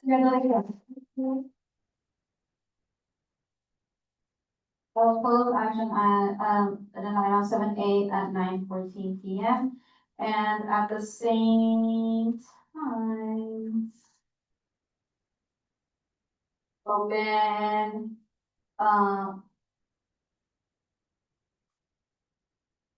consent agenda. Are there any discrepancies with the agenda? Senator Maldonado. Motion for Senator Maldonado from Rural Affairs to be moved over to Ways and Means. So Senator Maldonado has taken Senator Maldonado off of the approval of the Internal Affairs Committee. Are there any other discrepancies? Senator, Cody. Senator Cody, for the record, I would like to motion, the transfer of internal affairs into, university initiatives. And then Senator Cody has taken out Senator Cody, from the approval of internal affairs requirements. Are there any other discrepancies? Seeing none, we'll move on to approve the consent agenda without, the senators and internal affairs opponents. Doing a voice votes. All in favor of approving the consent agenda, please say aye. Aye. Any opposed? With a 22-0, the consent agenda passes. Are there any, now moving on to the discussion of Senator Maldonado into the internal affairs appointment, are there any questions or points of discussion? Seeing none, we will move on to voting. Are there any, all in favor of approving Senator Maldonado into internal affairs, please say aye. All in favor of approving Senator Maldonado into internal affairs, please say aye. No, sorry. And all in favor of approving Senator Maldonado into internal affairs, please say aye. Any opposed? Nay. With a vote of 22-0. It fails. And then for the approval of Senator Pui into internal affairs, please say aye. Any opposed? Nay. With a vote of 0-22, the approval fails. Okay. I will now close consent agenda at 9:16. And then at the same time, open professional staff reports. Can I do that? No, okay. And then, President Hamilton? Oh, actually, Advisor Hare, do you have a report? Hi everyone, just good luck on your finals, that's all. No. Thanks to Advisor Hare. President Hamilton? Hello, President Anise, for the record. I will also keep it short. I just wanted to say thank you to everyone who attended the Board of Regents or streamed it or called in. I really appreciated you all for doing that, and it's great that you all who did give public comment were representing your constituents well, and we got a lot of recognition for it from the President's office as well. So I wanted to extend that to you guys as well, and say that I'm very proud of you. You guys are doing right by CSUN. Even when we disagree on things, we always do it respectfully, which I really appreciate. That the Senate does. The Senate is a body full of respectful and responsible people. So I'm very proud to be among you all. I apologize for being a little late to this meeting. I was meeting with Regent Bautista, and Assemblymember De Silva, Senator Flores as well to talk about the potential tuition fee increases and seeing what the state could do. So that's why I was a little late. So I just wanted to let you guys know that I am trying to do my best as well to represent you all. And I aspire to be with you guys. So I'm doing my best to do that. But good luck on all of your exams. I hope it's a good exam week and happy holidays today. Vice President Solano? I don't really have any reports, just happy holidays and good luck on your finals. Thank you. And then for myself, as you all heard, we have the next Senate meeting will be scheduled for January 26th. And so yes, be prepared. We can't have one on the first Monday, unfortunately, although I want to, because I'm okay. So we will be moving on to the next following week. That will also give you all time to kind of schedule, your new office hours, schedule to like when you would like that to happen, see what your schedule looks like. Office hours there's none this week unless you are making them up. I forgot to add this, but you all noticed that there was a different way of roll call votes. Regent Fernandez gave me the idea of randomizing the roll call votes. So I have a set of randomized colleges. So it's no longer gonna be like our usual theme. It's just gonna help us do a little bit better to vote according to what we believe and not what maybe the majority looks like, or maybe because we are close to someone, to not vote to the same room, but vote because we are representing students. And then, the center of the week of this week is goes to the senator because during last week, although it was really windy and it was study week, the senator helped out scholarships and grants chair for both of their days in the cold, in the wind. Over 5 hours were completed. This senator also is new into this session, new into CSUN.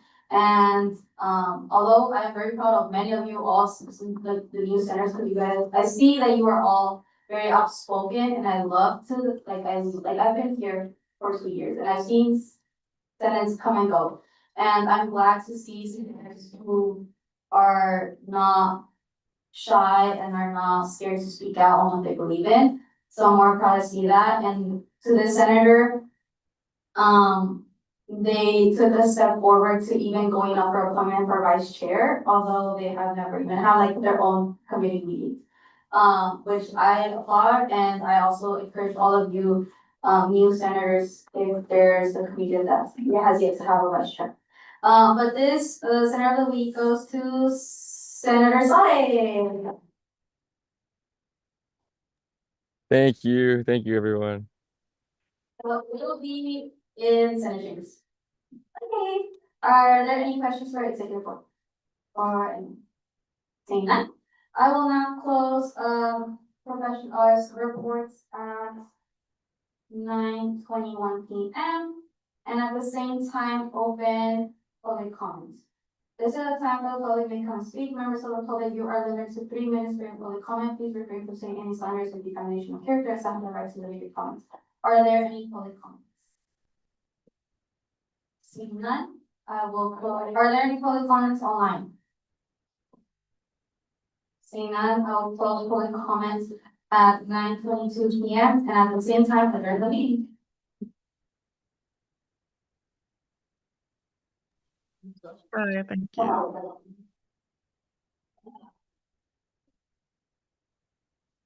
Thank you.